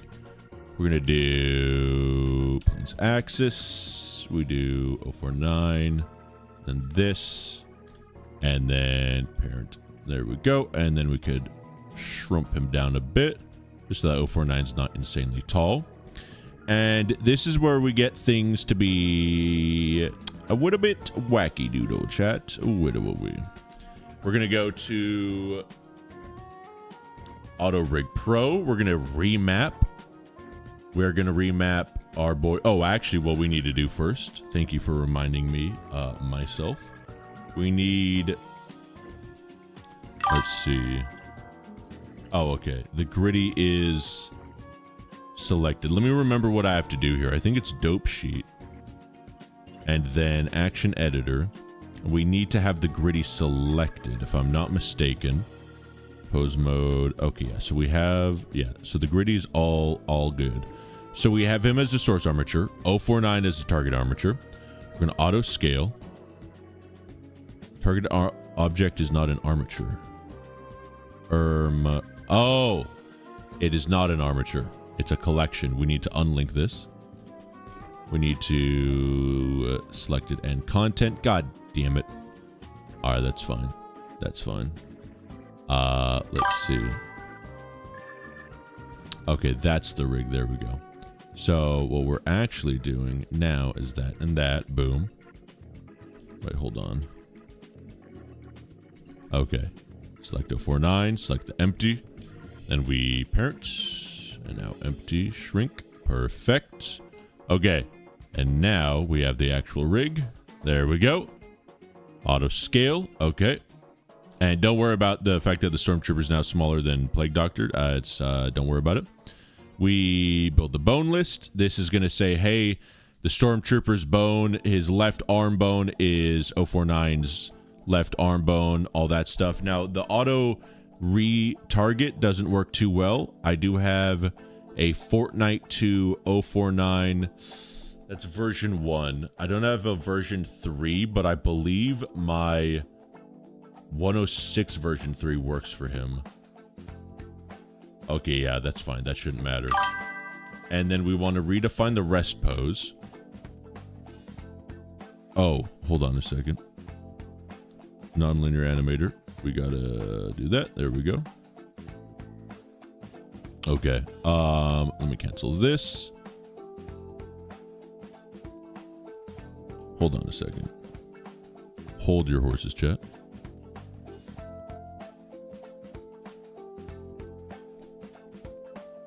Do we need to do that? Is that what we're doing? But we got that enabled. I'm very confused right now, chat. Oh, legacy slot. There we go. There we go. There it is, chat. Okay. Redefine rest pose. Yes, now he's in rest pose. Okay, good. So we're going to select the arms and shoulders. And that. We do that so that the arms are matched up here. And we copy bone rotation. They should move a little bit. Yeah, they do. Okay, perfect. Apply. And then, before we retarget, we're going to bind only. We're already seeing something. Oh my god. Oh my god. Oh, chat. He's widowy? Oh my god. Hold on. Where does that loop? 182. Okay, hold up. 182. Oh my god. Oh my god. Oh my god, it's perfect. That's huge. I never miss a stream. I'm at a football game as marching bands 024. Oh my god. Godspeed demo. This is magical. It's that easy, chat. We could do this for every emote, and we could do this for every SCP, because I've rigged every SCP. I've even rigged our boy Peanut. We can... Now, Peanut doesn't have fingers, so it's like when he does this, it doesn't work. But I'm not exaggerating, chat, when I say we can have Peanut hit the gritty. And we've done that before on stream. But this works for every Fortnite emote.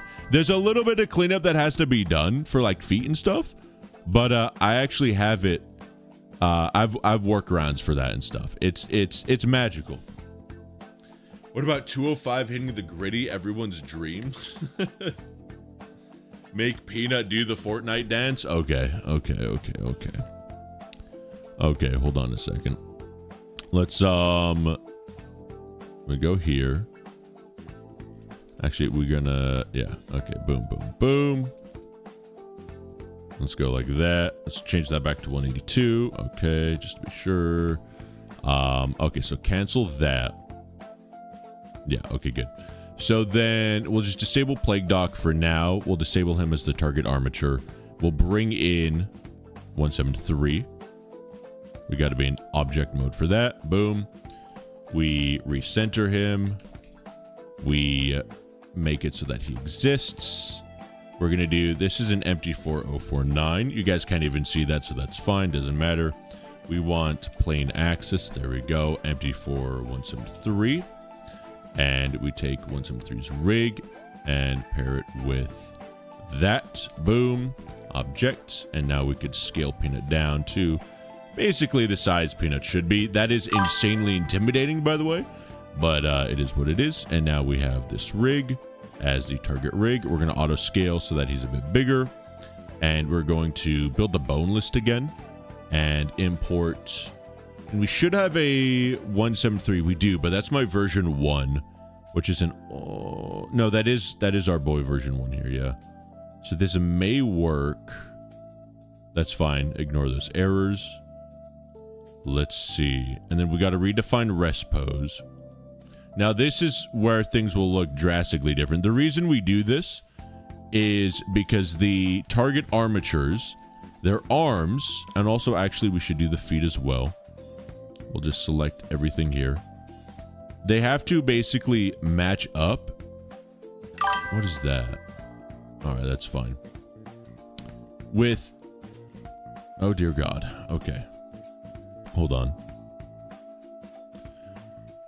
What am I... Oh, I see what I'm doing wrong. Okay, my bad. No, I don't see what I'm doing wrong. Oh, I see what I'm doing wrong. Okay, my bad. So we select this and this. We didn't do this for Plague Doctor, and it kind of messed things up a little bit, but that's okay. For limbs, the starting position needs to be fairly specific because of the way arms and legs work. And you can see now the rest position, or the default position for the Stormtrooper, his limbs are similar to Peanut's limbs, basically. And so what that means is the way that bones and their locations are recorded are via rotations. They are basically just how all of his bones are rotated in difference to the default rotation for that his default pose, right? And so basically what this is saying is we're changing his default pose, so these animations, when mapped onto Peanut, will be a difference from his default pose. I'll show you what it looks like if we don't retarget it, but basically, before we do that, let's see if this works here. Yeah, there we go. So Peanut is now hitting the gritty. Glorious 4K. So this looks great. It looks really good. You can see it looks pretty damn good. Not gonna lie. Frighteningly good. Animation's really tedious. You would not be surprised how easy this is the easy way of doing things. It is really not that bad. When you get used to it, it's really not that bad.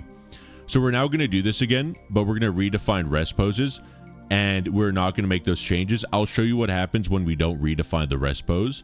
A lot of this stuff is super automatic. When you're not streaming it to people, you just know it and you kind of do it. Let's see. So you can see his limbs are really weird. It's because the rotation for the limbs are being subtracted in reference to if they were here. So if the new animation is, say, move your arm down like that, then if Peanut starts like this, oh, we're just moving down 45 degrees, that's fine. But since Peanut starts like this, moving down like this looks like that, right? We're moving that down, but things are weird. So that's why you could see, specifically with him, the legs, it's not too big of a deal, but especially with the arms, the default pose is way different. Again, because the way movement is recorded is a difference between what the position is right now. This is a subtraction of whatever that default pose is in terms of coordinates and mathematics and stuff like that. So you need to make sure you tell the program, hey, they have different rest poses, and that needs to be accounted for. So do the subtraction differently, or I'm going to kill you. Basically, that's what it is. Do 173 hit the default dance? Let's see. Defaults. What's the default dance called? Is that the gritty, or is the default dance different?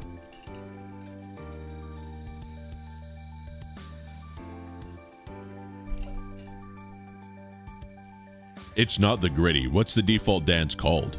I think I have it saved, actually. I think we've been over this before. Let's see. Where do I go for filters, favorites? We have... we can make Peanut hit a Wakanda. I can't zoom in on this. Flippin' Incredible, Hulk Smash, Boneless, Boogie Down, Primo Moves. It's the default one, but I forgot the name. The Wiggle, Dance Therapy, Stride, Gangnam Style. We have Gangnam Style, I think. We could have him hit the Gangnam Style. They have Gangsta Walk, and yeah, we have Gangnam Style. It's called Dance Moves.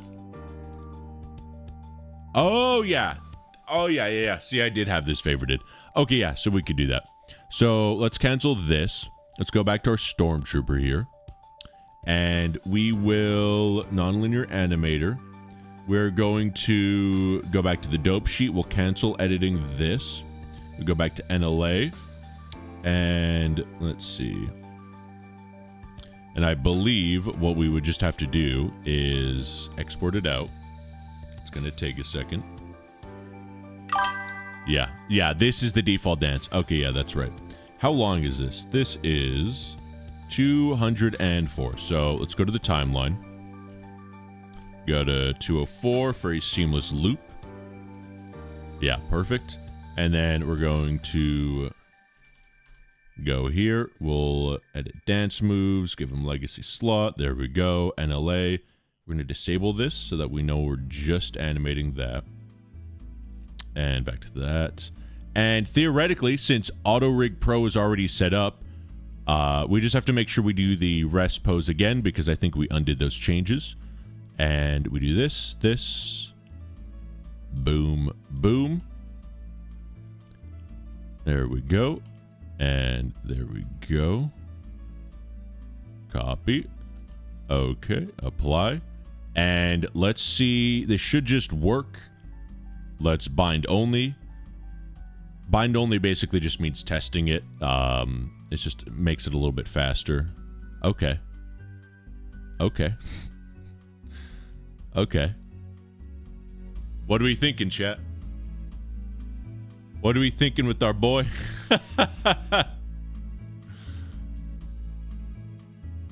This is too much power.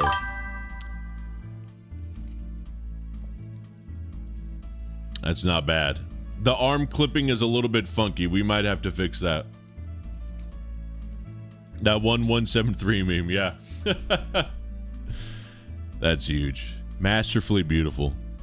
This is art, really. Imagine if you saw Peanut doing this to you. I would be scared for my life. See, this clap right here, there's a way to fix that. Let me think here.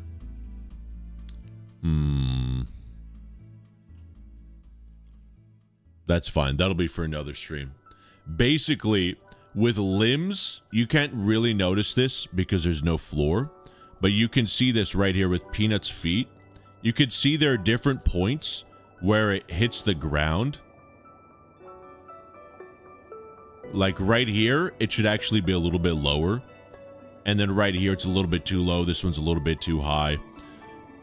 And see, again, this is like really high. And then you see it with the hands as well. It's not noticeable on a lot of stuff, but especially when the hands try to clap or interact with something. There's a way to fix this so they actually go where they should be going. But it's a little bit more advanced, and really you just want to do it with the feet. With the hands, I believe you kind of just would need to manually fix it, because it really depends on limb length. You could see, obviously, Peanut's limbs are not the same size as, you know, a regular being. And so, hold on a second. I'm going to move this out. There we go. And so the solution would really just turn Peanut into a little bit of a freakazoid monster. Let me think here. Yeah. Just thinking out loud. There is a solution for it. You can see Peanut's feet. He's doing the moves, right? And it tracks, but because even though we did the auto scale and they rescaled, because Peanut doesn't have a human anatomy, the way things rotate will leave the extremities at different coordinates in 3D space. So all that means is we kind of would just need to manually fix it, which isn't the biggest deal in the world. I didn't know 173 was an emote. Oh yeah, it's a classic emote. Imagine 513 does the default dance. Are you talking about the ghost 513? I mean, we could have him do it. We could have 096 do the default dance. Here are 5 emojis I copied in clipboard. That's beautiful. Okay, chat. I think we got time for one more emote. What do we want? If you could have Peanut do any Fortnite emote in the world, what would it be? We need some good music here.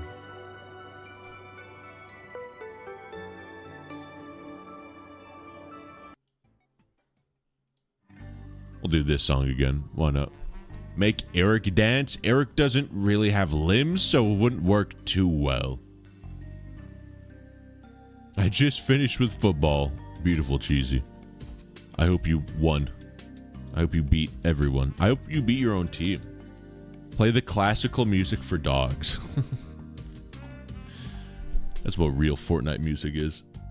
All right. Oh, this is classical music for villains. Let's go back to the dogs one. Okay. Yeah, this is good. This is good. Okay. I don't believe that my chat doesn't religiously play Fortnite and can rattle off their favorite. I know you guys are trying to save face and you're pretending like you don't know any Fortnites. Don't bother. I know your secret. Just tell me your favorite Fortnite dance. At this point, honestly, every dance is probably in here too. We've got the hula, the hype, the infinite dab, the Jabba side switch. Half of these I don't even remember favoriting. We could make them floss, actually. Imagine Gangnam Style. Okay, fine. What is this? The Rick dance. That's horrifying.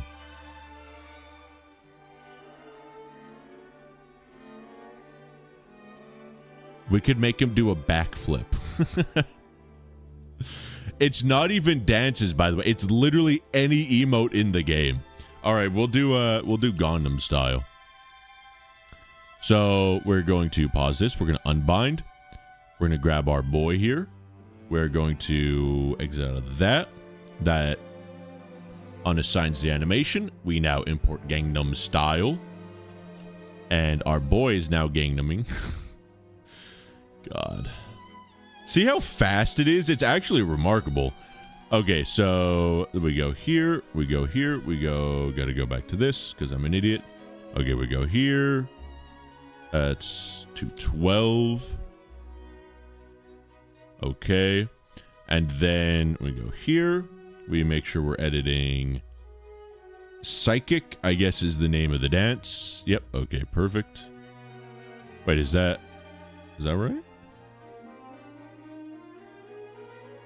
Oh, 217. Oh, my bad. Okay. 217. There we go. Now it's a perfect loop. Okay. And now, since we've bound everything, we've done the redefine respos. Since his animation's loaded in, we should only have to bind, and Peanut should do it.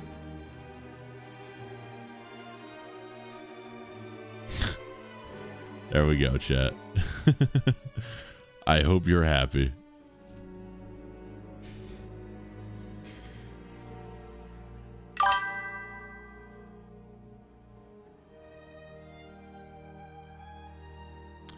Imagine you were stuck in Site 19 and you see this in the dark of the night.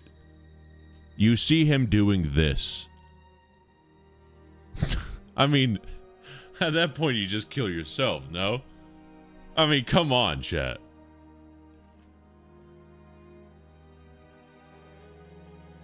$173 with Gangnam Style if we look away. Are you saying this is what happens when we look away? When we're not looking at Peanut, this is what he does in his free time. That's probably why he kills us, because he's upset he can't Gangnam Style while we're looking at him. You want to know the best part of this too? I'm gonna bind this now. We need to load our guy back in.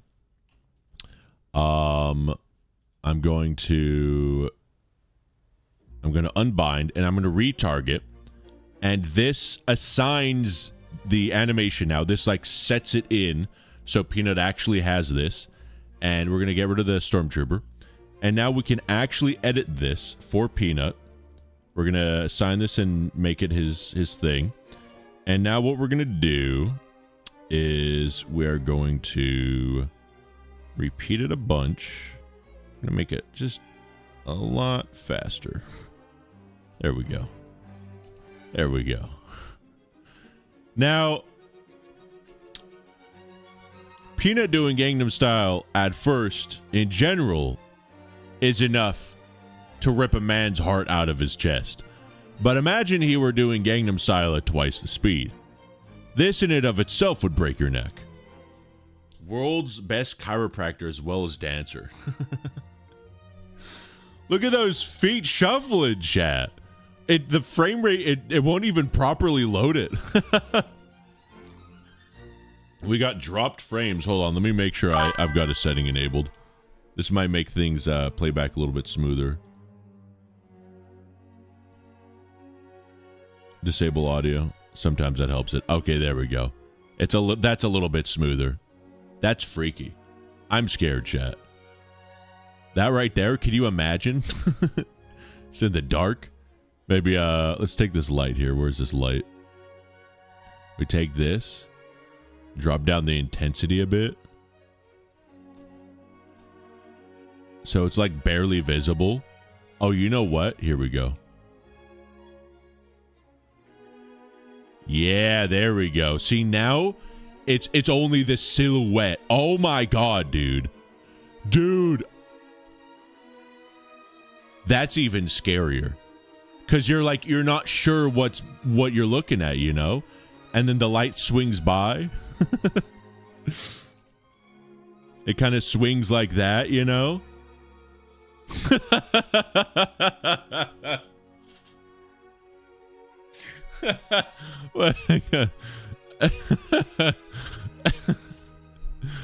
That's awesome.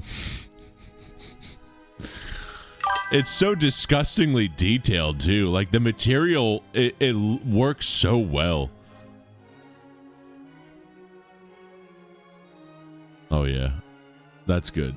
That's peak. That's peak. Imagine sirens blaring and then sing this monstrosity while you're hiding in a closet.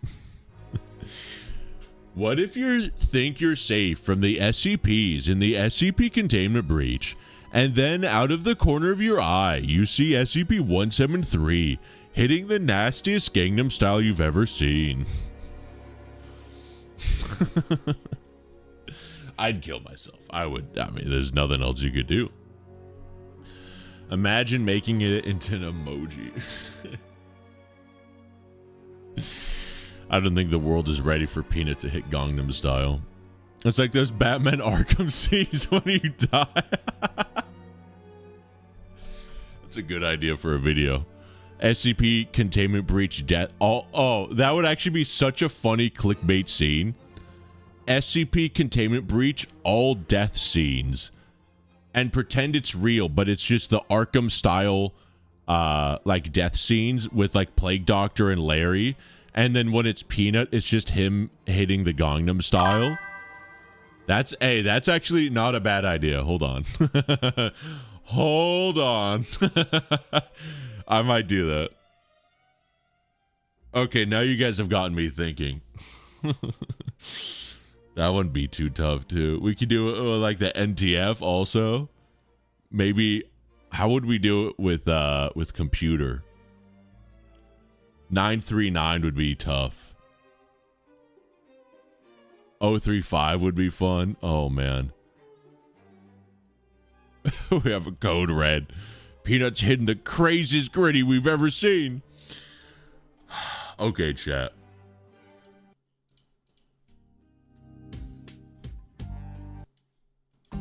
Okay, gamers.